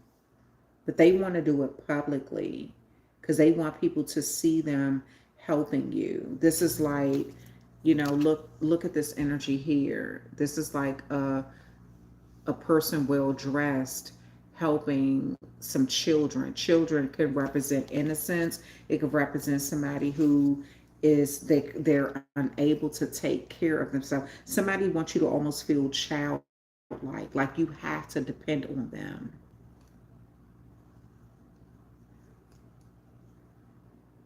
Then you have this Ace of Pentacles here. But the Ace of Pentacles, you got the Three of Rods crowning the Queen of Pentacles here. There is going to be a major offer that's going to come in. It's interesting because I kind of want to see what you're going to do with that Five of Pentacles. It's almost as if somebody's doing something for attention. Why is that Five of Pentacles there? It's like they know you're going through something. They're doing something for attention. Two of Rods in reverse. And the Nine of Swords. I almost feel like this is an offer you shouldn't take.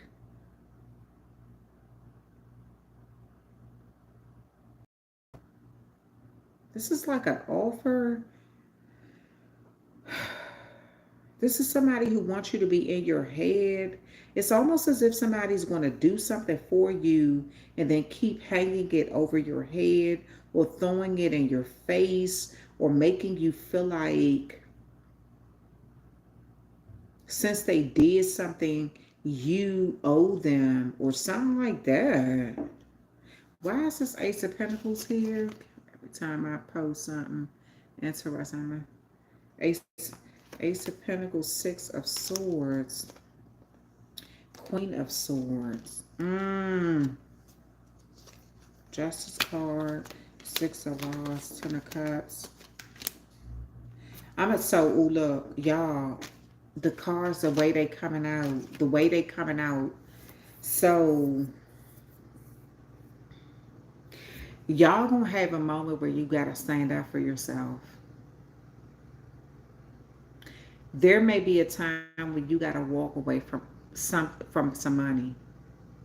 I feel like somebody going to want to do something for you publicly, but they're doing it for the wrong reasons. It's really for clout or so they can hang it over your head. Maybe they know you're in a bad situation and need help, but I kind of feel like if you just hold out just a little bit longer, something is coming in. Something is turning around, like an Ace of Cups is coming in that's going to kind of help you out in some way, that's going to move you into calmer waters or a better way of thinking. You'll be able to leave hard times behind and give this person your ass to kiss, basically. That's what I see. It's almost like somebody's going to use a weak moment in your life to try to degrade you or get them some level of clout. But it's almost as if you hold out for a quick moment, you're going to get what you need. This is a time of having faith, basically. This is what I see. Having faith in a situation. That's what I see. Yeah, because you want to get some sort of public recognition. And it has something to do with you getting over a betrayal. Yeah. Some sort of balance is coming, or honesty or something like that. You could be vibrating in Libra energy at this time and finding your voice or finding some strength in a situation here.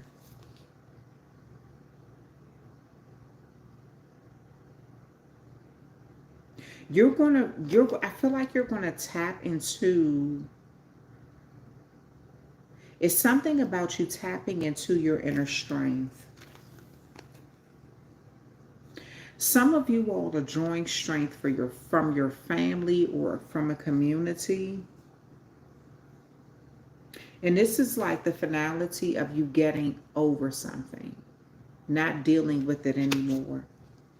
You've been dealing with some stuff that I feel like you've been trying to avoid. You've been kind of saying, I don't want to deal with it. I don't want to face it. I don't want to have to tolerate this. But this is you really trying to deal with something that has been, it's been almost like it could be gossip. It could be just betrayal from something in your life. But I see you having some sort of victory here. Everything about them. What do you mean everything about them? Every time I post something, how goes it? Yeah. Thank you, Andrew. Thank you. I love you. Thank you for being here. So there's something about you tapping into your strength. You're going to get through this situation. I don't know what it is, but it's something in your life that you may have been trying to avoid. Um, and I do feel like a healing is going to take place. But this is you, look at this Five of Wands here, right? So even though you're healing, it's almost as if somebody see how much you're healing, right? They see that you're not feeding into their BS. They see that you're working on your inner self. They see that you're working on creating a better you, right? You don't feel like you're perfect. You feel like you've made some horrible mistakes or screwed up or whatever, but you're at least working on yourself. This is someone who's kind of saying that about you and then saying, oh, let me create more conflict. You got over that. You healed from that. You did better with that. You're doing better. Oh, let me create more conflict. So I do feel like there is an energy around you at this time, Pisces, that watches you a little too much. They also see your journey. They see your healing. They see you're doing the inner work. They see you're not feeding into stuff. They see that you are in this energy where you're not pointing the finger. That makes them feel insignificant. And you don't even see that. This person wants you to be that type of person where you're blaming everybody for your problems, right? But when you are holding yourself accountable for something and they haven't done that, that makes them feel like it makes them feel insignificant, and it makes them feel like even if you're not trying to challenge them, they feel like you're trying to be in competition with them. You're just trying to work on yourself. I don't feel like you're in some sort of energy where you're trying to challenge them. I do feel like you're trying to really work on yourself. But they're taking it that way. They're taking it like, okay, this person, I can't push their button over every little thing. They're not reacting the way I want them to react. They're actually working on themselves. They're actually improving themselves. They've been the scapegoat. They've been the person I can blame all my problems on. And now they're kind of leaving me with my own baggage, and that feels uncomfortable. It's kind of smelly. It doesn't feel good. So this is someone who isn't ready to accept what you're dishing out, the new you. This is what I'm saying. This is what I've been saying.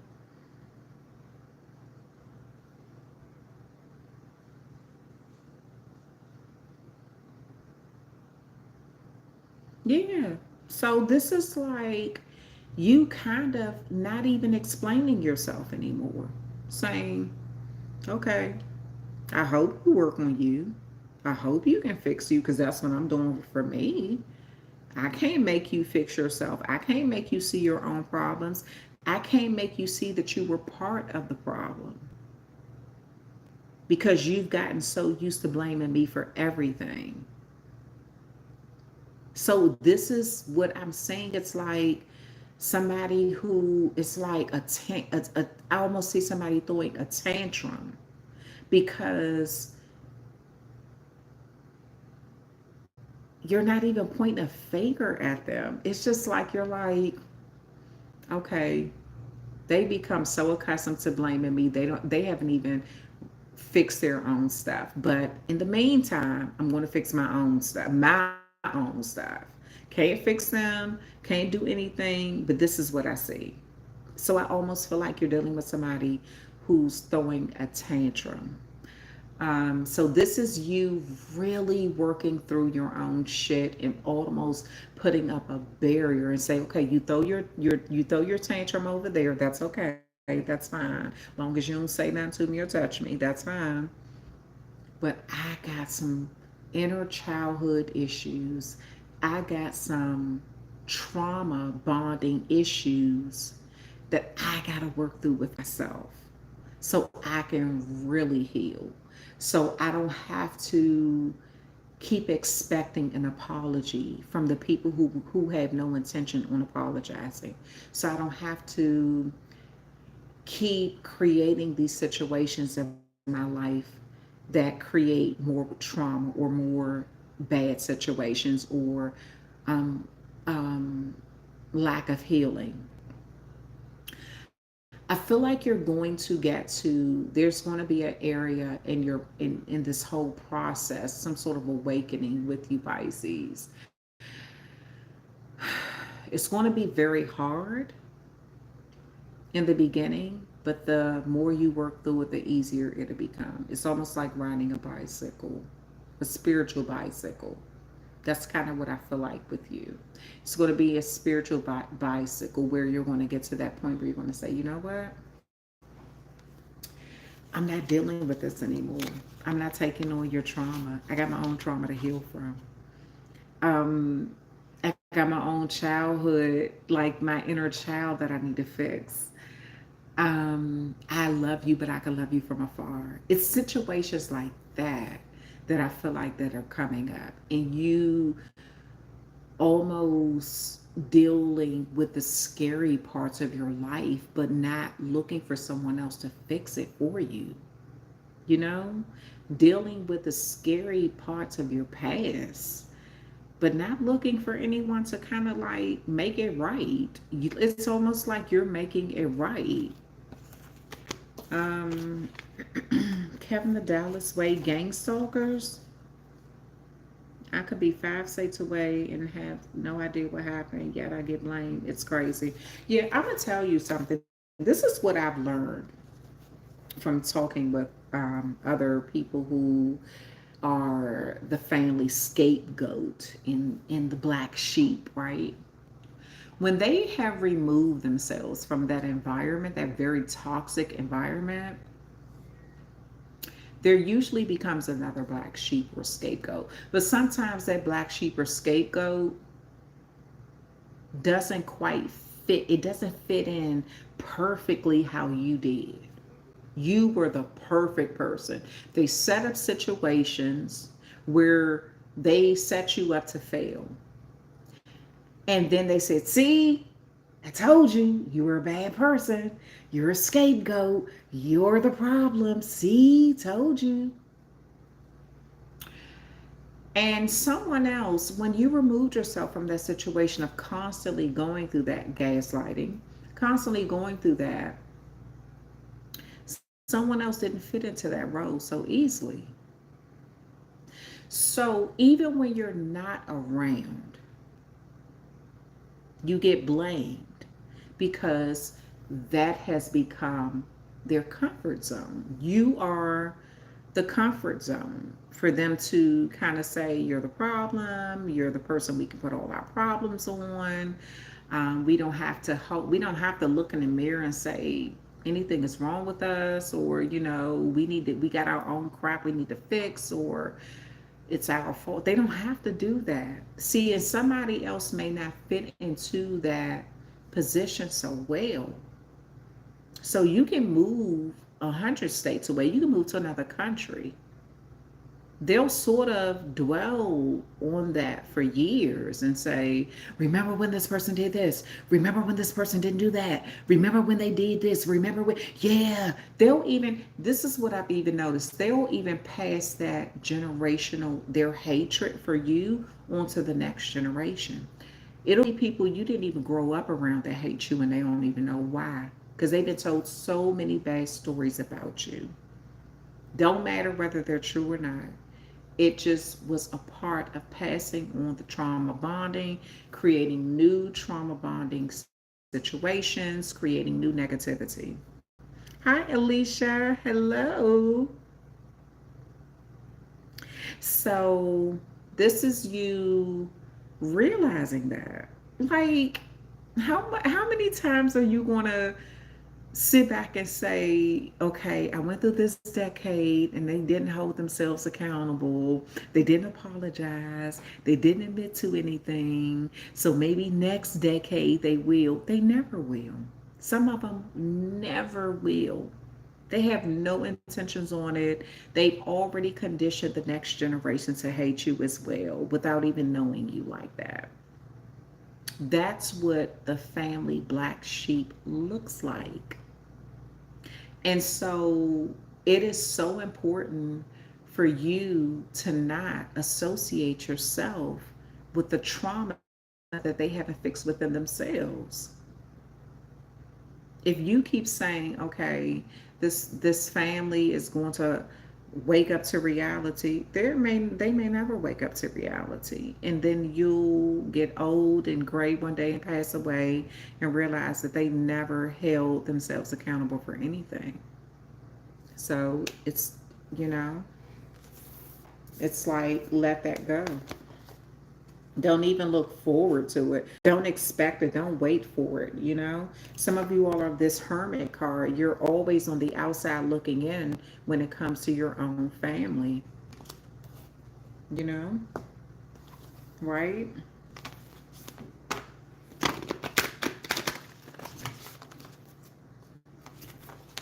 Wow. You said, Alicia, it sounds like your life.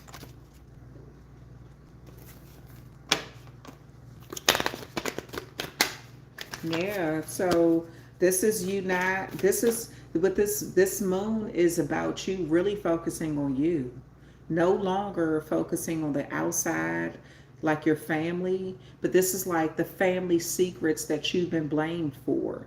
The family all this stuff that has been put on you secretly that you have had to carry around, and you releasing it.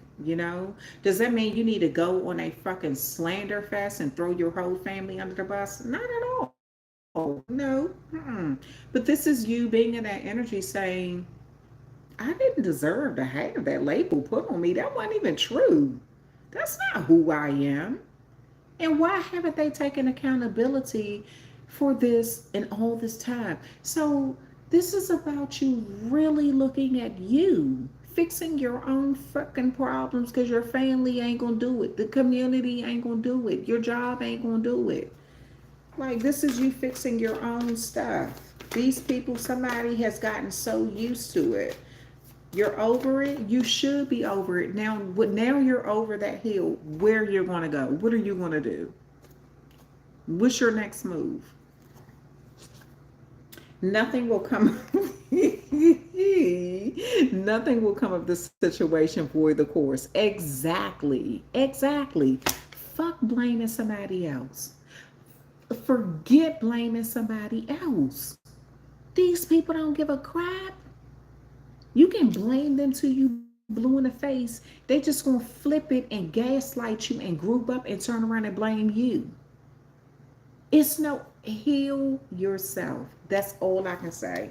Heal yourself. Because nothing, you can sit back and be like, okay, if they finally admit to what they actually did, then maybe I can heal. They're never going to admit it. Some of these people have built their reputation up on tearing you down. Why are you waiting for them to admit anything? It's not happening. It's not happening. You have gray hair on your cootie, on your cootie cat, waiting for these people to admit anything. They're not. It's not going to happen. Not in this lifetime. I'm trying to tell you. So nothing will come of the situation void the course. Expect powerful change, new moon, eclipse. The change is going to come when you change your inner perspective and you change your mind. The change is not external. I don't feel like this at all. Like with this reading, This change is not external, the change is internal. When you stop waiting for people to actually hold themselves accountable and it apologize to you, like I said earlier on,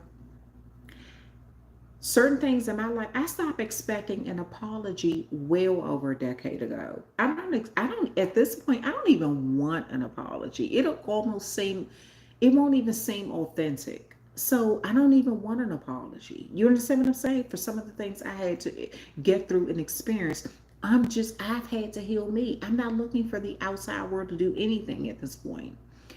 This is where some of you all are going to have to get to.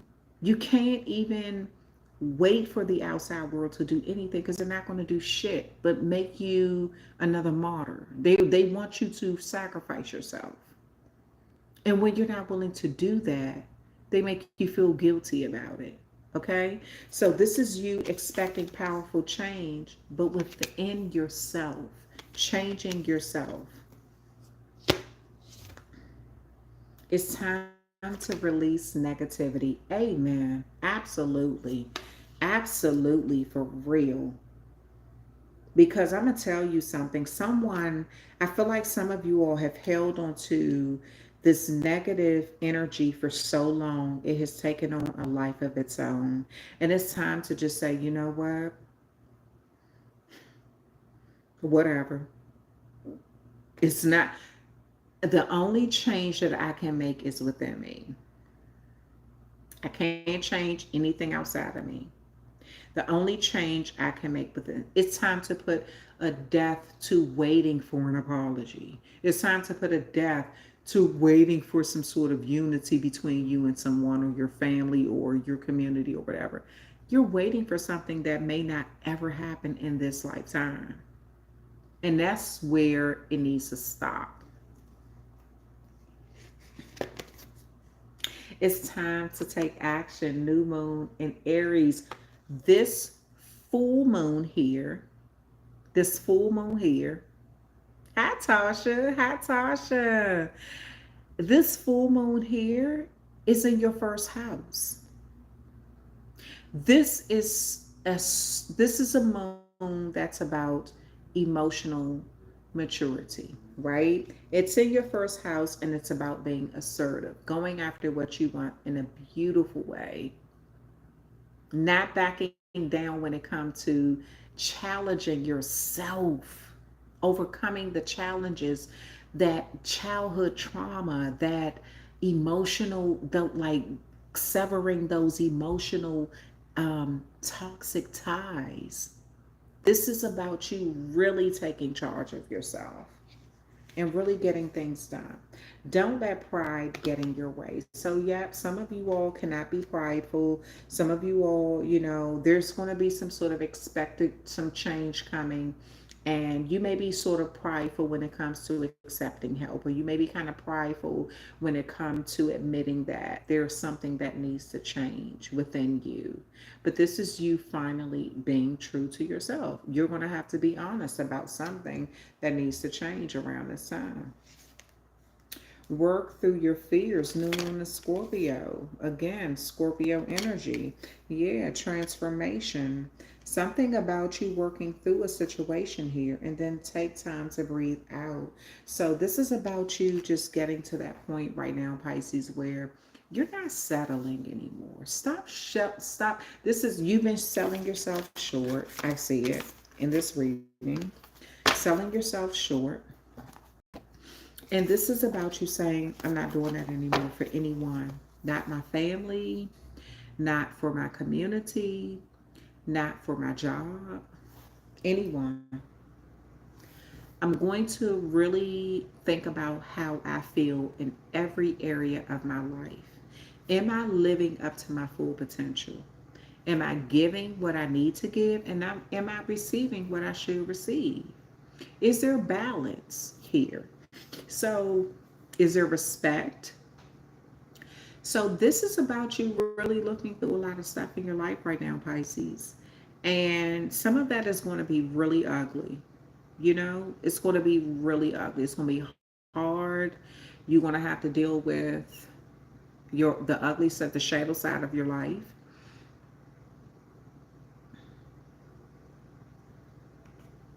quantum leap. I just heard quantum leaps.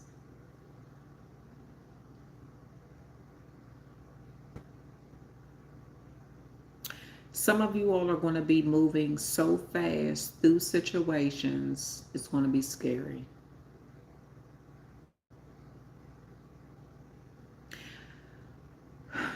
But you're going to almost realize how much you've been held back, how much you've been holding yourself back.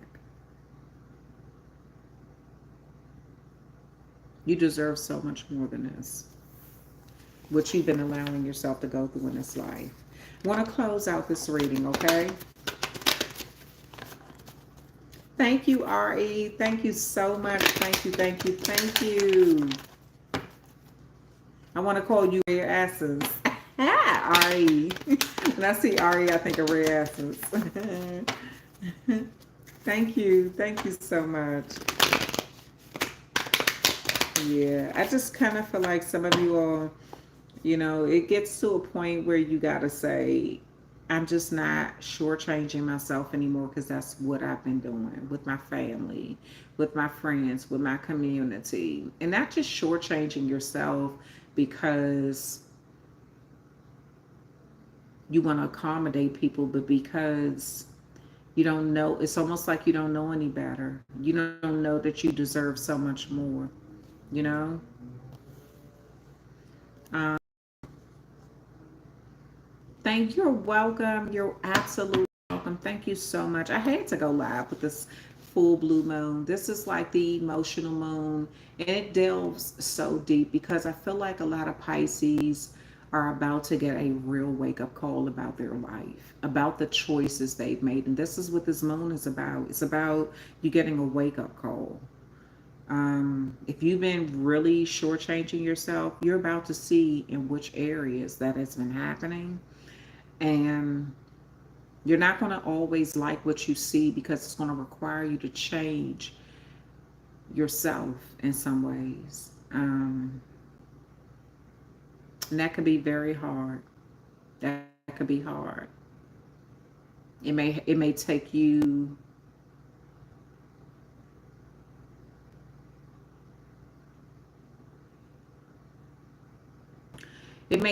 admitting that you were not the best person in certain situations. You weren't being your best self. It may even mean that you're going to have to deal with either a parent or a child, a significant other, meaning like you're the person who you have children with. And it's going to be some sort of emotional upheaval. That's what I see. An emotional upheaval. Hello, Holly. Hello, Veronica. Hello, Jasmine. Yeah. So it's like an emotional upheaval. This is what I see. You're going to have to deal with something in a way where you're going to have to tell yourself the truth. Like I said, there may be a situation in your life where you can't point the finger at anyone else. You can't say, okay, I was a black sheep in my family for so long and that's why they treat me this way. So why you keep going around that family? I'm not trying to be funny or rude or heartless or anything, but for real. If you're the black sheep, why do you keep going around them so they can keep trauma bonding you? So they can keep gaslighting you? Do you like being treated like that? Or are you being honest about being tired of it?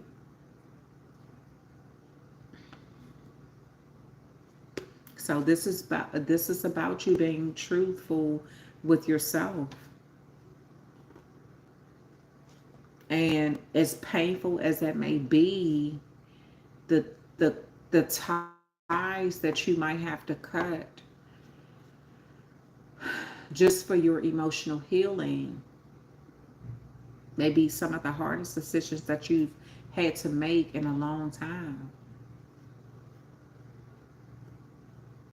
But this is also about you growing to that next level, because I almost feel like it's almost like a dark moment and then this burst of light in prosperity and abundance. It's almost like going through hell to have the best.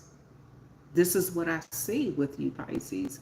And so some of you all are going to have to go through those extremely hard times with the ones who you love the most,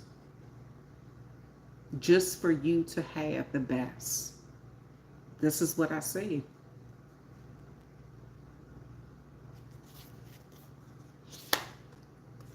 The Sun card, yeah. Prosperity, it says, enjoy success and happiness. I'm going to pull three of these cards, three of the other cards, and that's the end of the reading. Medicine Garden, be open to healing information. This is what I'm saying. It's something about what you're going to learn or hear or know about yourself that's happening with this full blue moon. It's like you're going to see something about yourself.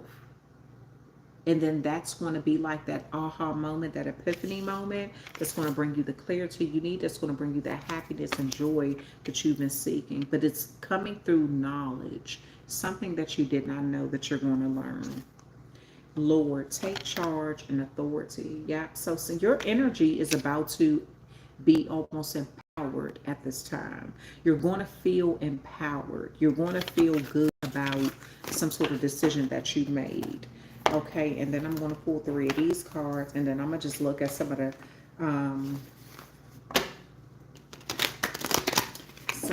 the, what time is it? It's after 12 a.m. So we didn't went from Wednesday, the 30th, August the 30th, until Thursday, August the 31st. Thursday. So we didn't move into that blue moon energy. I love it. I absolutely love it. So this is about you really healing, Pisces. You know, this isn't, you already know your place in this world. You know how people see you. You know how they feel about you. You know how your family feel about you. You know, you already know that.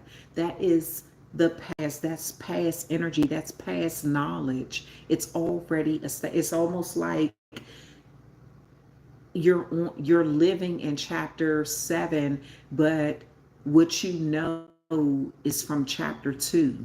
You understand what I'm saying? It's like that. So you already know something, and this is you actually being in chapter 7 in the present, instead of saying, let me go back to look at chapter 2 as to why they feel the way they feel. You already know. You know you're the black sheep. You know they're not going to be there for you. You know they're not going to support you. You know they're going to tear you down every chance they get. Why do you need to keep reliving it? Are you a beat freak? I'm not trying to be funny. Like, seriously. You already know that. This ain't something you haven't known or haven't learned. You already been there and done that. So this is you really knowing something already and saying, okay, I know how my family feel about me. I know these things. What can I do to heal this childhood trauma? What can I do to heal the trauma from my marriage? What can I do to heal the trauma from my mama, my daddy, them being there, them not being there? What can I do to heal the trauma from my job? Me dealing with a toxic boss or staying in a toxic workplace for a long ass time. This is you really not blaming anybody else for nothing else. You already know their position and you know your position. You're playing your position, but you're increasing your position. You are actually increasing your power because you're working on you. That's what this is about. I could sit back and blame a lot of people in my life and talk and call them out on a lot of stuff. What is it going to do? It ain't going to prove nothing. It ain't going to increase nothing. It ain't going to change nothing. Nothing. Ascendant interest. Yep. So you're entering into a new mental phase, a new spiritual phase, so to speak, of growth at this time. Mercury, a new way of communicating too. Mercury, a new way of thinking, a new way of communicating at this time. Veronica, I enrolled in a few certification courses. I'm so congratulations, Veronica. Congratulations. Nice, nice, nice. Nice. Fifth house Leo energy. A Leo could be significant. Virgo could be significant there. Vesta her. You're gonna be, I'm gonna tell you something. Some of you all don't even realize that you're actually in some sort of, you're living a testimony right now. You're creating a testimony. That's what I meant to say. You're actually creating a testimony because you're going through the hard times, right? You're going through the fire, through the fire, through the limit to the wire. You're going through the fire right now at this point.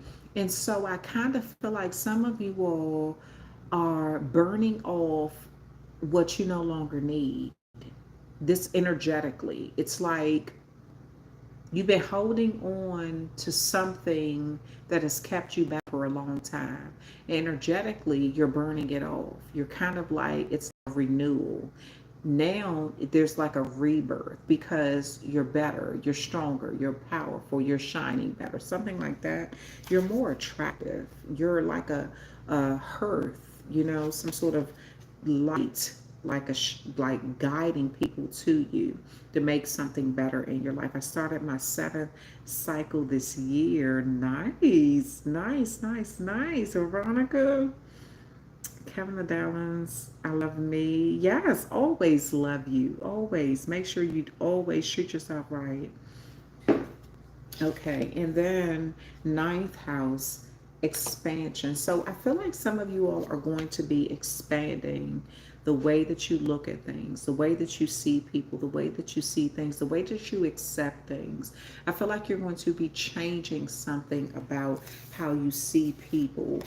Maybe you didn't see them in a certain way before, then you'll be seeing them differently now. Maybe your mind is expanding. You're, channeling something on a different level, on a different frequency at this time. With when it comes to different people you come across, you may be able to pick up on their energy and want to kind of see if you want to see if they're good to be around or something like that. I almost feel like you're dissecting people's energy at this time, or you're going to be making sure that they're right for you. I want to kind of pull a crystal card for you just to see what a good crystal may be for you, okay, for the month of September. And I'm going to upload a crystal card for my other channel, Star Spa, where I always upload that. I didn't do it last month, but I'm going to do it this month, okay? But I did want to pull something for you all this, Who messages keep being held for review?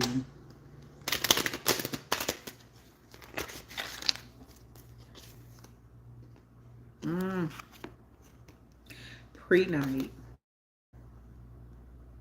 This is a solar plexus chakra card, a sacral chakra card. This is about how you feel, something about how you feel. This is a good stone for you to meditate with, about how you feel inside. This is you tapping into who you are at your core, not faking for anybody. This is you being as real can get.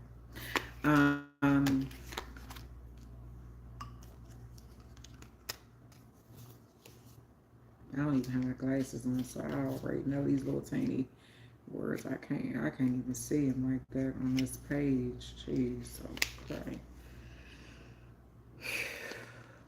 This card is about unconditional loves, and it also cures healers, people who are healers in this life.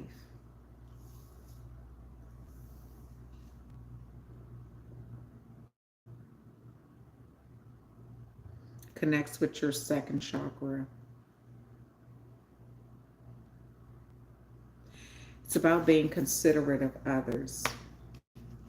This card represents about you being considerate of others as well as yourself.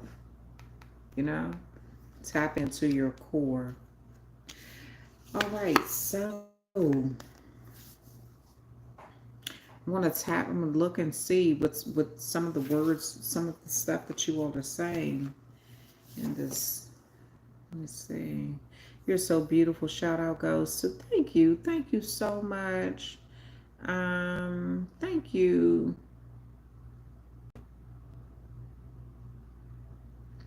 Michelle. You're so right. I'm not doing this anymore. I just don't want to be there for a lot of shit. Yeah, so take the time out that you need for yourself, Michelle. You know, if you feel like you're overwhelmed or anything in this life, take the time out that you need for yourself. Um, don't be in that energy where you're trying to accommodate too many people. Um,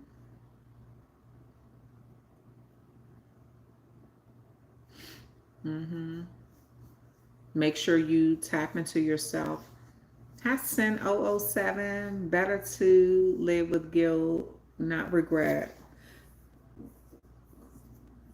That's the first time I ever heard that. Better to live with guilt, not regret. So it's okay to feel guilty about something, but not regret it. That's kind of, I don't understand that. So I don't understand that. You feel guilty about something. So if you feel guilty about it, why wouldn't you regret it?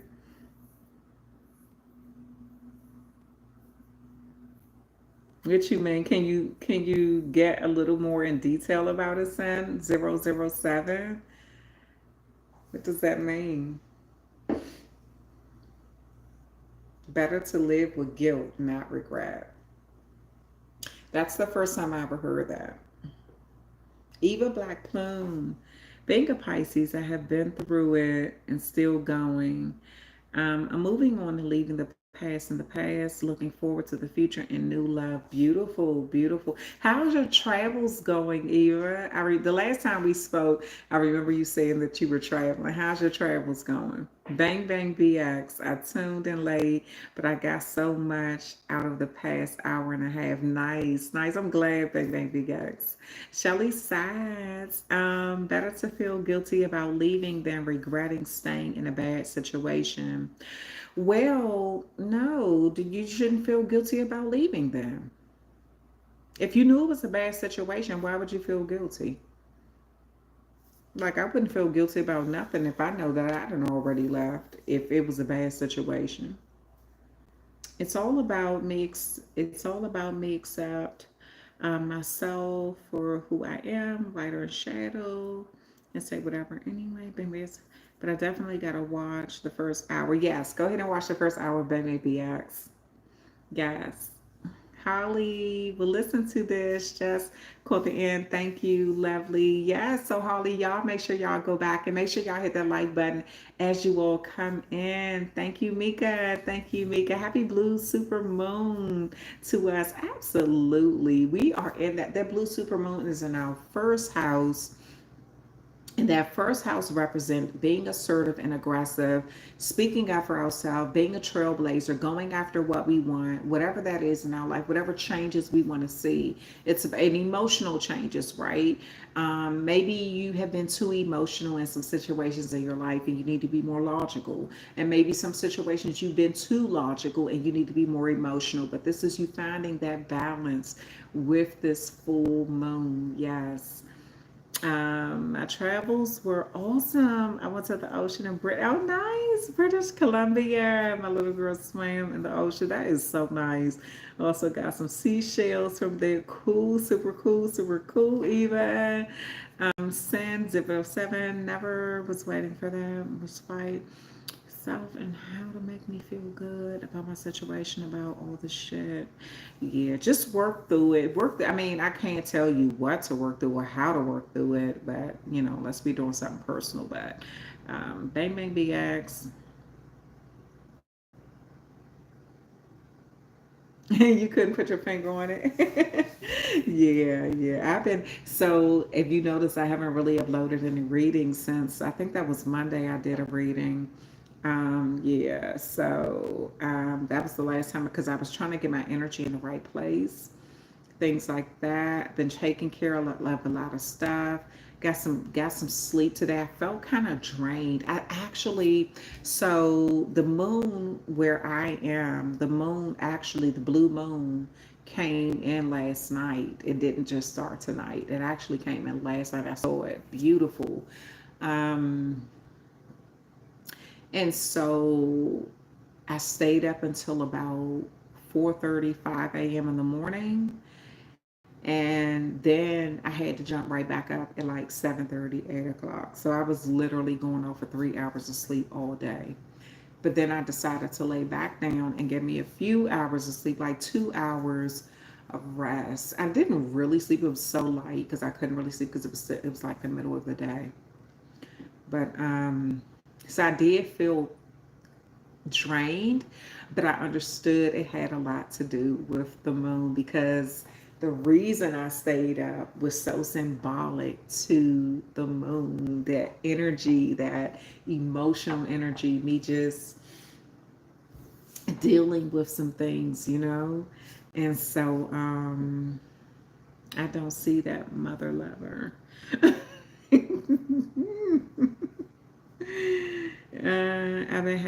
I've been tired of having bad headaches. Somebody else told me they were having headaches. Hmm. So you know what? It could be like that huge download coming in. Maybe you need to go ahead and get some really good sleep. You also, an Epsom salt bath sometimes helps because it releases the toxins out of your body, especially out of your feet. And so that can help with the headache sometimes because it'll release, like it kind of like when you submerge your body, neck and everything all the way down, it takes that energy out of your feet, and you feel so much lighter when you come out of the bath. So, yeah, I know somebody else who said that they had around this time, they've been feeling headaches. Me, I just kind of felt drained. So, it was just an overload, though. I noticed that. I was like, damn, this is an overload because I was up until like 4:30 this morning. Like I literally could not sleep at all. I was up so the moon came in last night where I am Eastern Standard Time. It depends on where you are, but it came in last night for us. And so it was beautiful though, just to see. I was like, wow, it looks like a painting mixed in with the clouds. And instead of me pulling out my phone, taking a picture, I just sat there and meditated. I did not even want to touch technology. I didn't want to touch my phone. I just really wanted to absorb that energy. And so, yeah, so that's just how I felt last night when I saw it. And then I couldn't even sleep afterwards. I literally stayed up until 4:30 a.m. I couldn't even sleep. I just laid in my bed. I took my shower and then I just laid in my bed. I couldn't even go to sleep, like after absorbing the energy from that moon. So it's powerful, very powerful. Um, Yeah, amazing. So many people are saying they have headaches. I feel like it's like an oversurge of downloads from your crown chakra. So I totally get it. Cause I was wide awake, like didn't have any coffee, didn't have matcha tea, didn't have anything. Just was like just freaking up, you know, just up. Yeah, I didn't even want technology near me. That's why I didn't upload any readings or anything. For me, it's different because I don't always want technology around me when I'm like really trying to get those downloads in. I don't want to touch the phone. I don't want to touch a lot of stuff unless I have to. So, I did not. I was just loving seeing how beautiful it was. That moon is amazing. It's so gorgeous. It literally looked like a painting. Just to see it moving behind the clouds and then illuminating it coming. It was. I was like, no. I was like, oh my god. It was so pretty. Just so amazing. Just so pretty to see. So It's because I'm watching you too. What Kevin? What you talking about, Kevin from Dallas? It's clear out in Texas.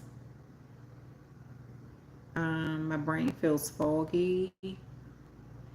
It's bright. It is bright, Mika. That's right. It's so bright. It's so pretty. It, like I said, it looks like a painting. It didn't even.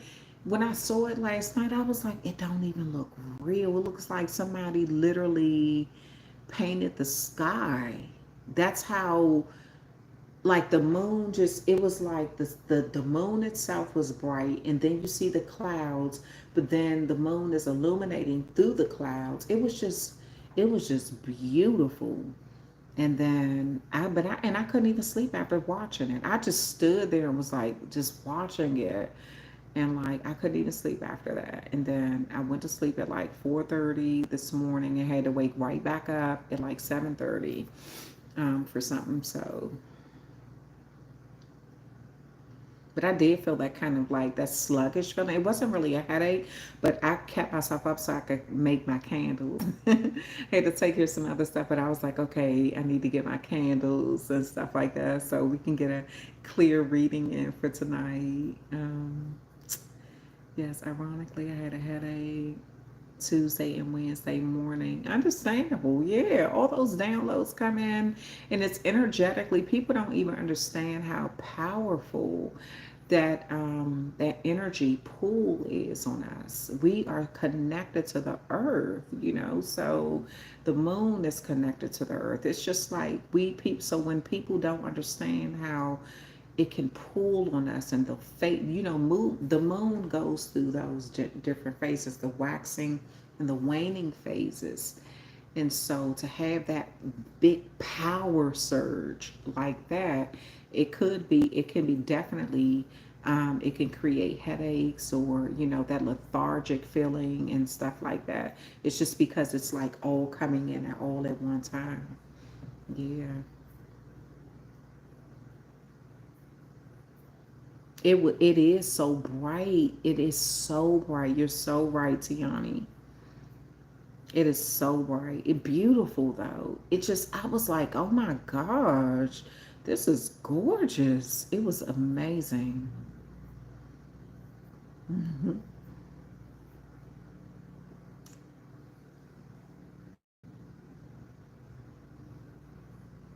Did any of you do your manifestations? I don't need to know what they are. I don't want to know what they are. But did any of you try to manifest anything during the moon? You did? You did, Deborah? Yeah.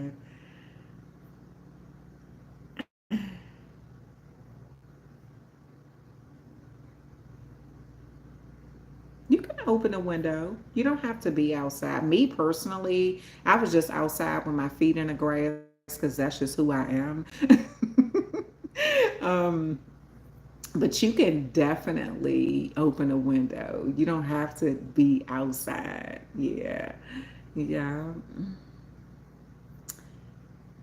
But I just was outside. I had my sage, I had my Palo Santo, and I just wanted to touch Mother Earth and just give so much thanks and gratitude for what I have and who I am, who I've become.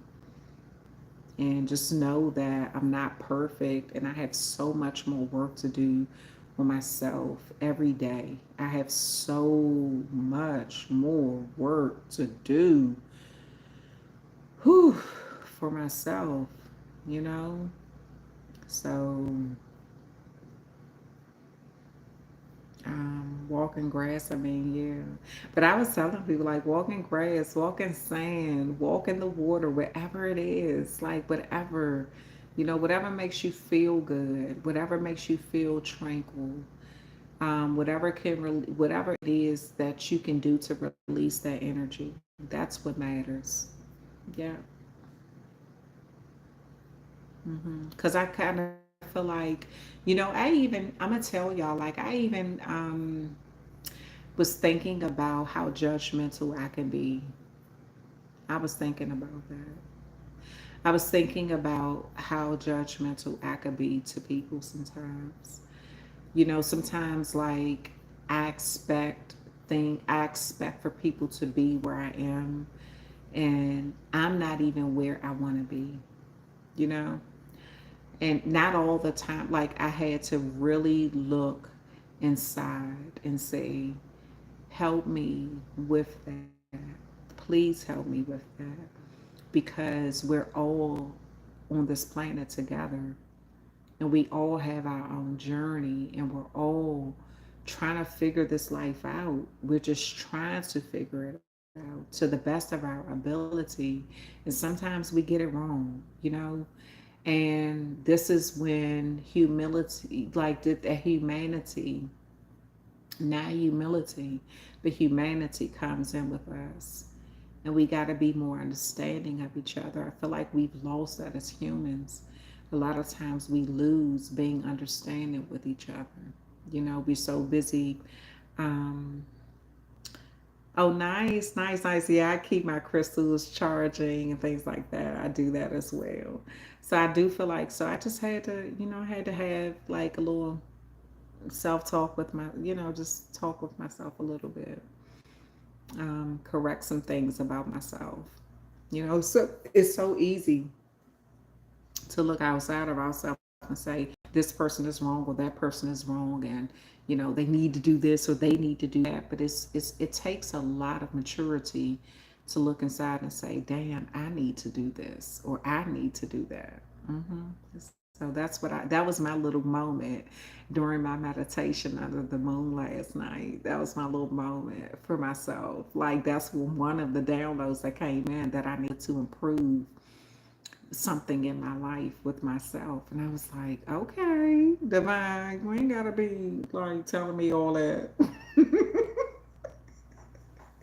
You ain't gotta be all open like that. But no, yeah. Yeah, so it just be that way sometimes.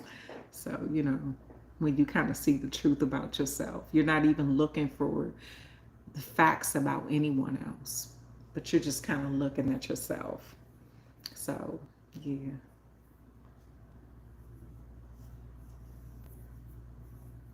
Yeah, I did not think to put my crystals outside. Yeah, sometimes I bury my crystals. I have a place where I go bury them, and then I leave them in the ground so they can recharge, because that's where they're from, the earth. And so I leave them in there. I put them in a piece of cheesecloth, and I bury them in the ground, and then I'll go back and get them after a few days. It depends on the moon phases, and then I'll go back and get them after a few days. So I don't even always just put them in my windowsill. I'll literally bury them back into the ground so they can absorb that energy from the earth, that they lose sometimes from being in our hands so much, or being on our persons so much. So sometimes I'll bury them. Um, my healing my inner child wounds, raising my vibration and catching myself when others try to pull me down. Yeah, it is. It can be challenging. It can be challenging to do that self work. It's just, sometimes it can be frustrating, when you know that there are things you need to work on within yourself that you kind of sort of neglected over time. It can be frustrating, but then you get to that point where you kind of say, okay, what do I need to do to make myself a better person? Um, because I've reached this milestone. So, it took me this long to reach this milestone. What else do I need to do to improve myself? So that can be frustrating. Um, yeah. But I stopped looking to the outside world. I did. They never apologized, and that's okay. The abuse has taught me a lot about it. You don't wait for an apology. I stopped looking for an apology over a decade ago. Probably about almost probably 15, 20 years ago. I don't even expect people to apologize. And at this point in my life, so it was phases. First, first I wanted an apology. Then I got frustrated because I didn't get the apology. Then it got to the point I didn't care whether they apologized or not because I started kind of like I apologized to myself. Then it got to the point I don't even want an apology. I'm like, what good is it going to do? It's like words. Like it holds no weight or value or anything because I think waiting for an apology from someone who really hurt you gives them way more power over you than what they should have. And so I stopped wanting an apology. It like literally I think if somebody from my past apologized to me, it will probably do them more good than me. I don't need it. I don't even need it. Like I don't need to hear I'm sorry. I don't none of that. Like I've already forgiven myself. I've already worked on so many things within myself. So I don't even need an apology. Like it would be a waste of their breath. And that's not saying it in a nasty way. It's just like it just would be useless because I don't need to hear I'm sorry. Like I'm not even I'm no longer waiting for that. I think at one time in my life I was waiting for it, but I'm no longer waiting for that.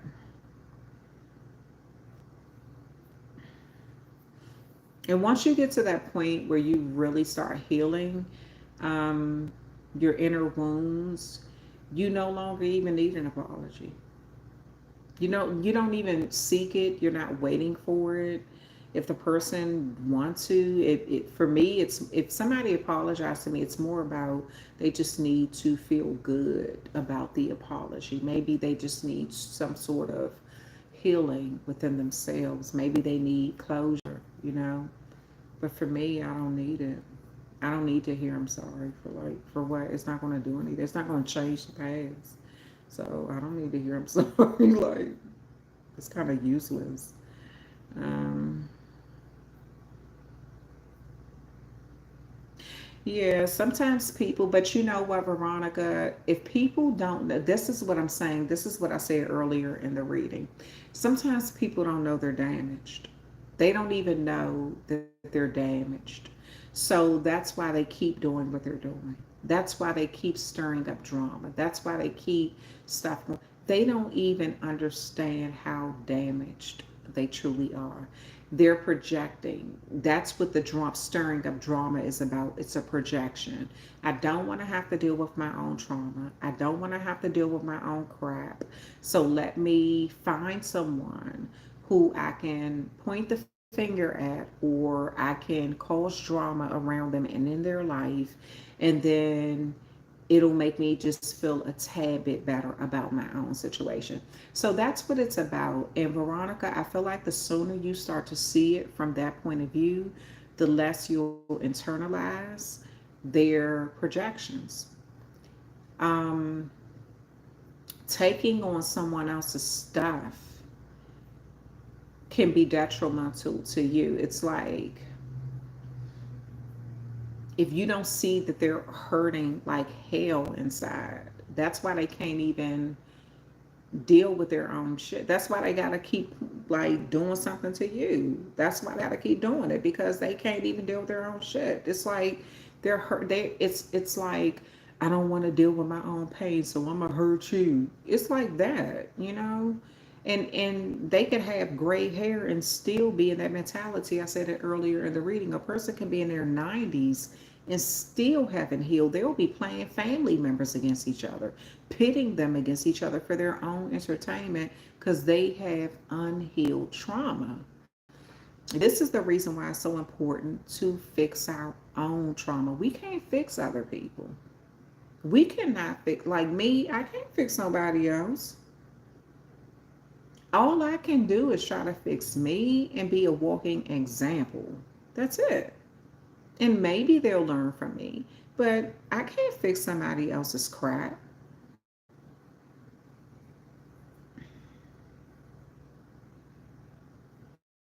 Maybe someone is trying to speak for to you. Now, depending on the culture, sometimes the left ear for feminine energies can be a negative thing. So watch what you hear.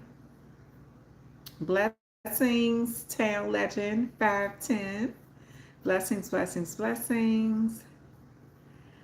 Yeah. So watch what you hear, Queen, my life, okay?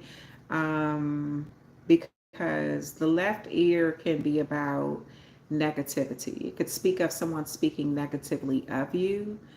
Um, Whereas the right ear is more about positive energy. But that is in different, it just depends on the culture. Because in some cultures, it's the opposite, depending on the sex or the gender, whatever, right? So,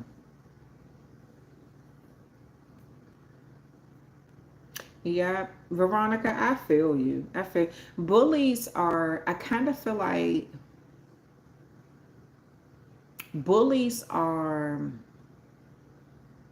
the kind of people who have unresolved trauma, but they project it to the 10th power. Whereas victims can have trauma, but they hold it in. So, and I'm not making any excuses for any bullies. Believe me, I'm not. But I feel like bullies are the type of people who haven't dealt with their crap. Some bullies are like, oh, I'm super tall and I'm just going to bully people who are smaller than me. Some bullies they get bullied at home and they can't beat the people in the house. So they go to school and find somebody else smaller to pick on. Um, One world for love, sending beautiful love to you all on this beautiful night. Absolutely. Thank you. Thank you. Thank you. Yeah, so Veronica, I wouldn't even internalize a bully's energy. It's so toxic, you know? And I think it was, he's on YouTube. His name is Willie D. He uploaded a video today about workplace bullying. Bullying is so toxic. It's so sad that people literally take that mentality from childhood right into adulthood. But some key points that he was pointing out was some key points that he spoke on was addressing it immediately. You know, does it always change something? No, no. Sometimes you have a bully that has so much support. They're narcissist, grandiose narcissists at that.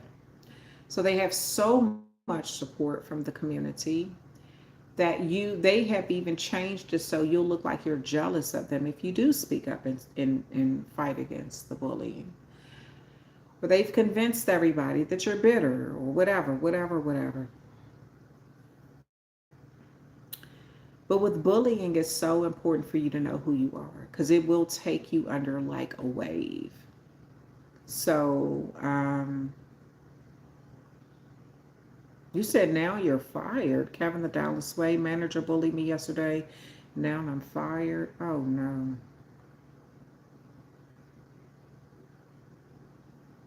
Well, hopefully, another thing that he pointed out was documentation. Documentation. Now, I've been on jobs where I've had to deal with people who I'm a man. If I go down this line, I'm trying to tell you, I've dealt with. I'm about to be straight up and real with y'all. I worked for a company, and I hate to turn this into a race thing, but it's the truth. The whites on the company will hire certain blacks they will hire certain blacks to go against other blacks to do their dirty work for them to prevent themselves from getting sued. And the blacks would do it. They would pay them. When I tell you, it was like Sambo and freaking Miami up in that camp. I said, who is about to deal with this? I'm not about to. Child. Then you have the jobs where, and I spoke on this. That's one of my top videos too. About somebody at your workplace sort of like straddling the fence. Somebody who smiles in your face but take all this information back to other people. I feel like Yes, corporate America. Yeah. Like, it's crazy how some of these jobs hire bullies, and then it's like, and they cover racism up. They cover, it's like they cover so much discrimination up. They hire certain people just so they won't get sued. So they're like, and HR is always hired to work for the. I used to work in HR, so I know the backstory about HR and why they're really hired. Um, but it's crazy how people are in these companies, they get hired and they don't know that they're hired, basically. So you'll be like, okay, you're the black face, so we want to go after that black person, but we're not going to do it because we'll get sued for racism. So we're going to use you. We pay you, do your job, go out there, do our dirt for us, and then we don't have to worry about getting sued. And that black person will do it with a smile, happy to get their little perks, their little buttermilk biscuit. Mm-hmm. So, seen it more times than I can freaking care to see it, but yeah, it happens. And then let's just move beyond the race thing. It's just you got some people that's on the job that's freaking messy as hell. You know, they're just bullies on the freaking job. They like to keep a bunch of crap started. It's just that. That's just they come to work, they keep stuffs going, they in everybody's business. Some of them are kiss asses because they cool with the supervisors, and they take everything that anybody does back to the supervisor. It's just crazy how some of this stuff plays out in the workplace now. You know, shit. I even worked for a company, y'all, and I literally like I had a major lawsuit against them. Right, I could have sued the crap out of these people. They were changing our hours. So what they were doing was getting people to work overtime and then going in and changing the hours so they would not have to pay you in overtime. And so many people turned me on. And then I started, but see, the thing that got them was I started screenshotting my original hours. And then you would see like a few hours later, it would be changed because they would go in and change your hours to make it seem like you just did regular hours. So they basically was getting free labor from us. Trifling to the core. And so a lot of these companies have screwed over their employees so bad that the employees don't even respect them. And so people were leaving in droves. And I was like, what the is going on? But that's what was going on. They were robbing people of their hours. They were literally going in, people who work in the corporate office was going in changing the employees' hours. So just say if you clocked in at 7 o'clock and you didn't leave until 4 or 3:30, they'll change it to 7 to 3. So that would be 30 minutes or an hour you don't get paid for, even though they told you to stay that long. It was that kind of shit going on. But honey, these was the people who we saw, but it was some other people running the company. I know who tried to do it, ended up leaving my company after all the firing she did for them because it was her job and our mentality. Yep, Kevin, they can fire you without those steps unless you gross misconduct like theft, sexual harassment, or lost cases that have investigated the documentation. Yeah, Kevin, you really need to, hopefully you document and stuff. But see me, I take pictures of everything. I literally could sue them people today. The statute of limitations have not gone out. I literally could sue them today. They were literally robbing the employees. The that's and this is and it's crazy how that goes on in the workplace today. It's like normal. And if you don't have, and I thank God I screenshotted all my stuff. But I just said, look at how it is in the workforce today. This is crazy. That why y'all think so many people are leaving the workforce and becoming content creators or working for themselves or starting their own business or something. Because some of these companies are grimy. They treat their fucking employees horrible. Like they rob them everything. They don't care about anything. It's like, and then it's like, damn, whatever happened to you caring about the people who you hire? Like, damn, like it's really messed up. And then you got the employees who feel entitled. They take about 30 freaking smoke breaks. And say, but then, and on the flip side of that, I kind of understand why they do it because the companies don't care.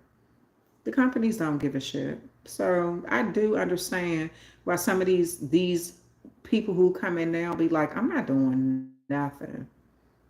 I'm doing exactly what they pay me for and nothing else. I'm not working 1 minute early or 1 minute late. I be cracking up. But that's how they feel. That's how they feel because of how they're treated. They see how the company treat the customer, so they don't care. I mean, treat the employees, so they don't care. Oh, this time manipulation, definitely a lawsuit that you could win. Oh yeah, definitely. Because I still have the proof. I took screenshots of everything, and I know they probably went and told people a total lie. And I'm sitting up here like, and I kept all the emails, everything right. I'm just like, y'all are so free, and then they're so deceitful. But so many people kept saying, make sure you write. And when I first got hired, they was like, make sure you write down your hours because they steal hours in here. They will lie. They will do this. They will do that. And they will call you to go in and work. And that was like my little side hustle. So it wasn't a big deal, but you can make a little change. Like you can really make some pretty good money, right? And the job ain't hard. It's just that when they start robbing people, that's when it got complicated. And I'm like, look, why y'all gotta mess it up? Y'all gotta mess it up for people, but they again look like us. Child, it's a hot mess. I said, damn, they give corporate psychopath, store manager, and abuse of power legally investigated. I work for a small business now, and it's a family. This is so good to me. Nice, nice, nice, Veronica. Kevin, they're changing your time card because as managers, we have that ability. Yeah, managers can change your time card and things like that, but that doesn't mean that they should. And that should be something that's understood. And this is why it's important as an employer to gain that trust and that respect for employees, especially the ones who show up on time. They're on time. They do their job. They're not taking a bunch of breaks and things like that and abusing the time clock. But and it's important for employees to understand to document everything too. So employers and employees, I kind of feel like there needs to be a reset, honestly, because a lot of these employers have hired crappy people to kind of oversee other employees, and they don't understand why their turnover rate is so high, which costs the bottom line. It costs a lot of money to keep rehiring people and training them and all that kind of stuff. When if you could retain a good employee and treat them right, that is where your money lies. Somebody who's loyal, somebody who's going to show up, somebody who's going to be on time, who's not going to be screwing over the clock, doing their job right. You can get a few people like that. You got a good damn workforce. You got a good team. But a lot of these companies don't see that now. They're totally okay with a high turnover rate. So No people skills at all. Just totally okay with letting people just kind of just come and go and not really building a good rapport with their team. So, and it shows, it comes out in a lot of other ways too, unfortunately. But maybe, I don't know what it's going to take for companies to see it, because I feel like a lot of people are just getting away from the 9 to 5 thing. You do have some people who still want to work the 9 to 5 jobs. Um, but then a lot of people are just kind of pissed off at how they're treated, so, and just the grind of it and going in and feeling so depleted every single day, it's draining. Um, how you get fired on your day off? That's not.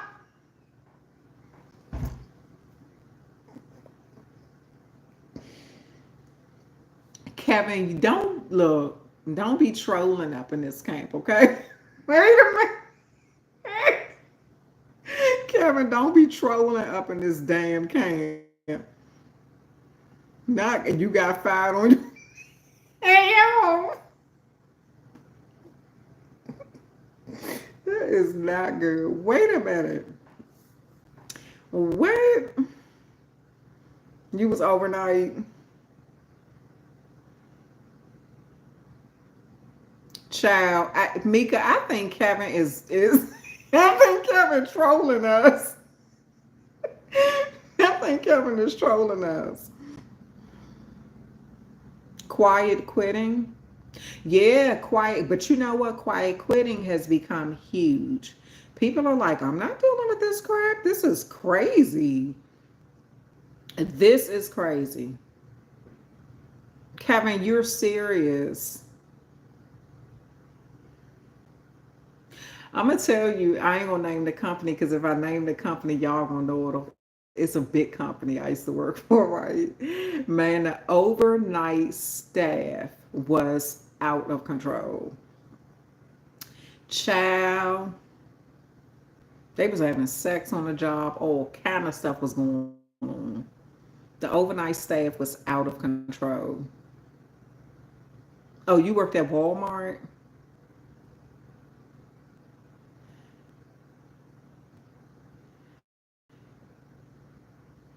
Yes, Kevin, you gonna get a new job. You gonna get a new job. So did you report it to HR? Well, HR is more for the company though. Did you report it to HR, Kevin?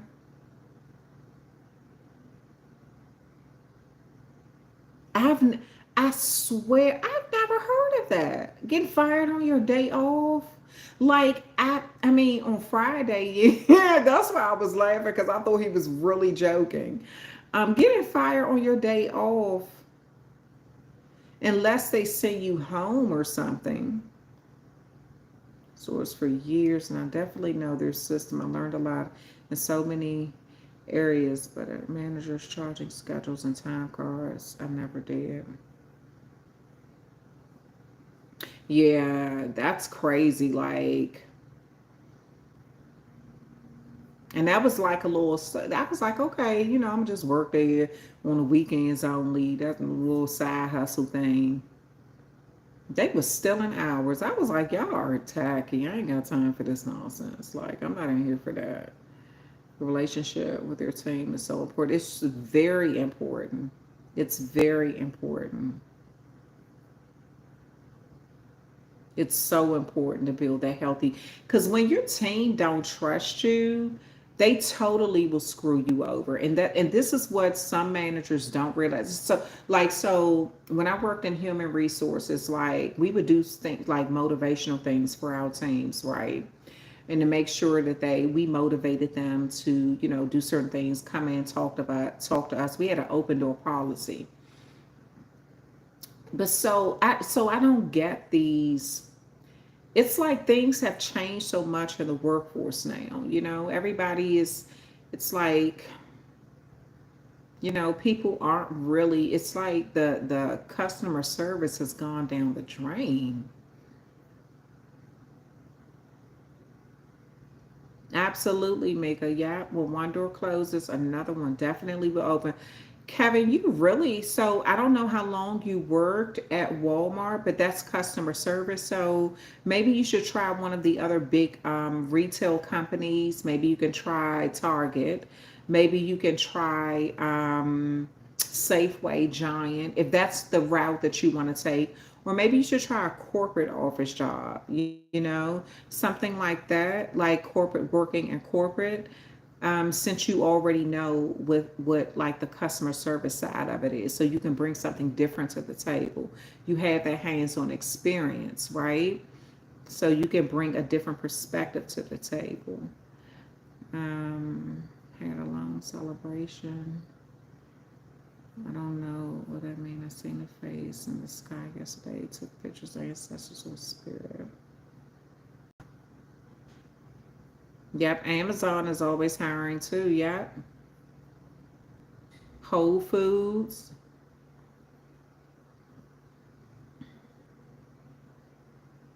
And I heard that FedEx is paying their customers, FedEx and UPS or something. It's one of those companies that just gave their employees a really big raise. I think it was UPS.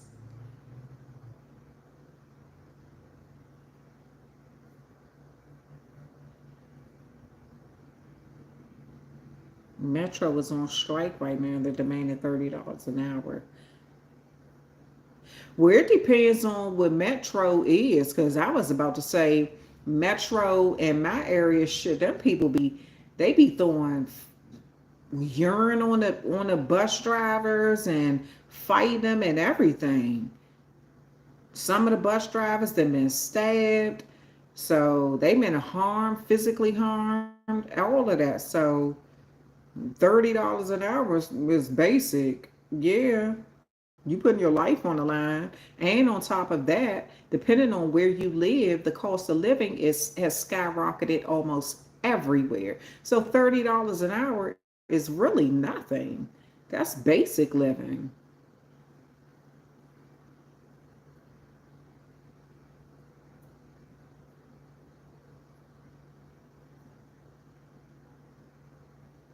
Yeah, I think UPS was the company that started paying. They gave their drivers or something like a major upgrade, like a raise or something.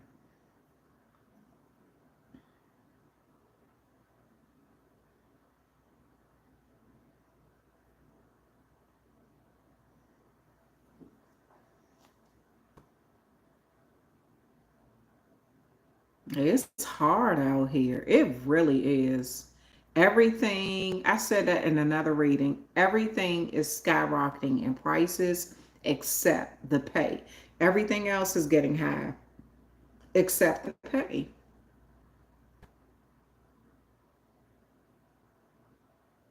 Mm-hmm. That's true. That's true.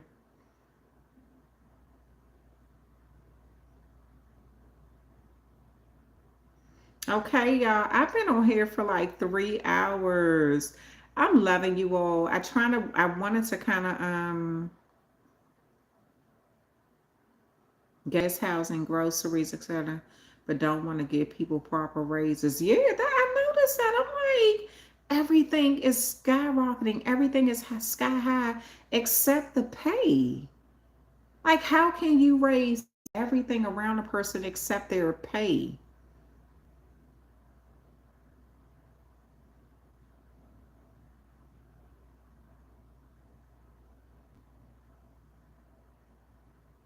I mean, people need that. You got to be able to eat. You got to be able to pay your bills and survive out here.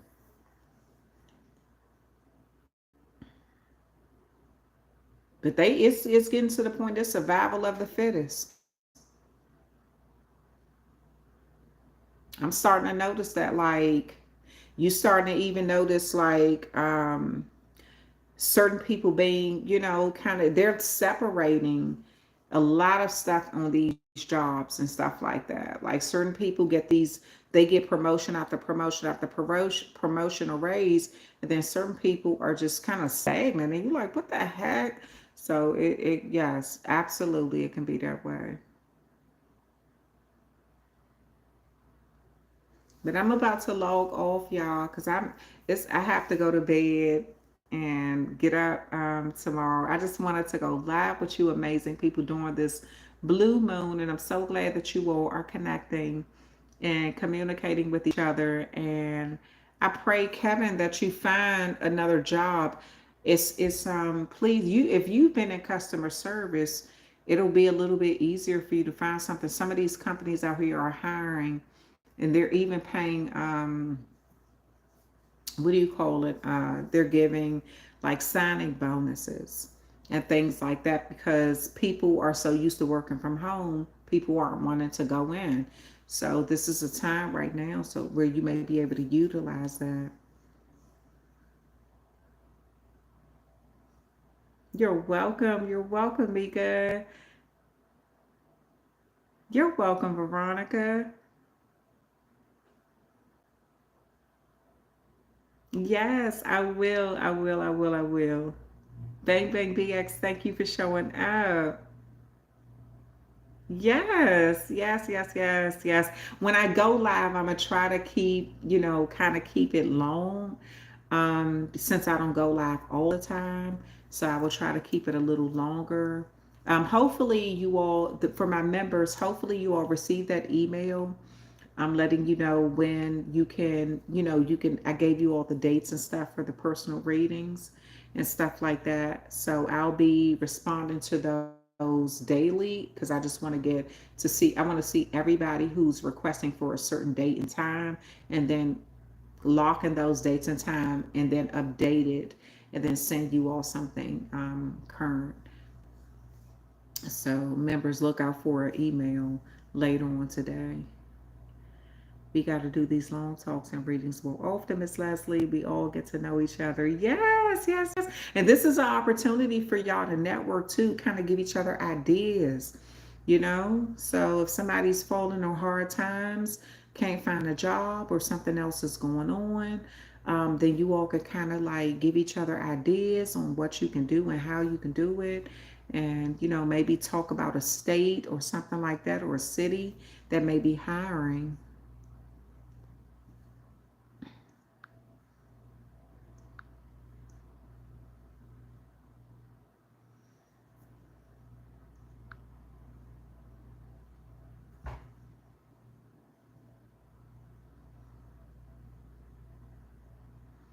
Okay, I'm sending you all love and light.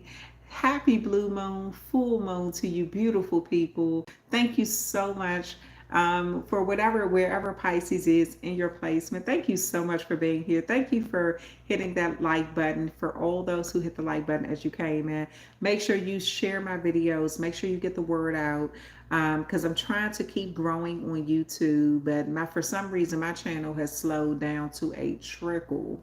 And so it is so hard to get people to come in and things like that. So hopefully it'll start back growing again and things like that. So I'm sending you all love and light. I thank you so much for hanging out with me.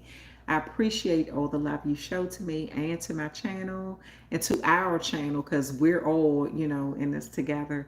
And please feel comfortable doing these live readings to network with each other. If you can enlighten somebody about a job, maybe you saying like, I'm from Connecticut and we're hiring at this place or that place, then maybe somebody who wants to relocate can go there or whatever. I'm just using that as an example.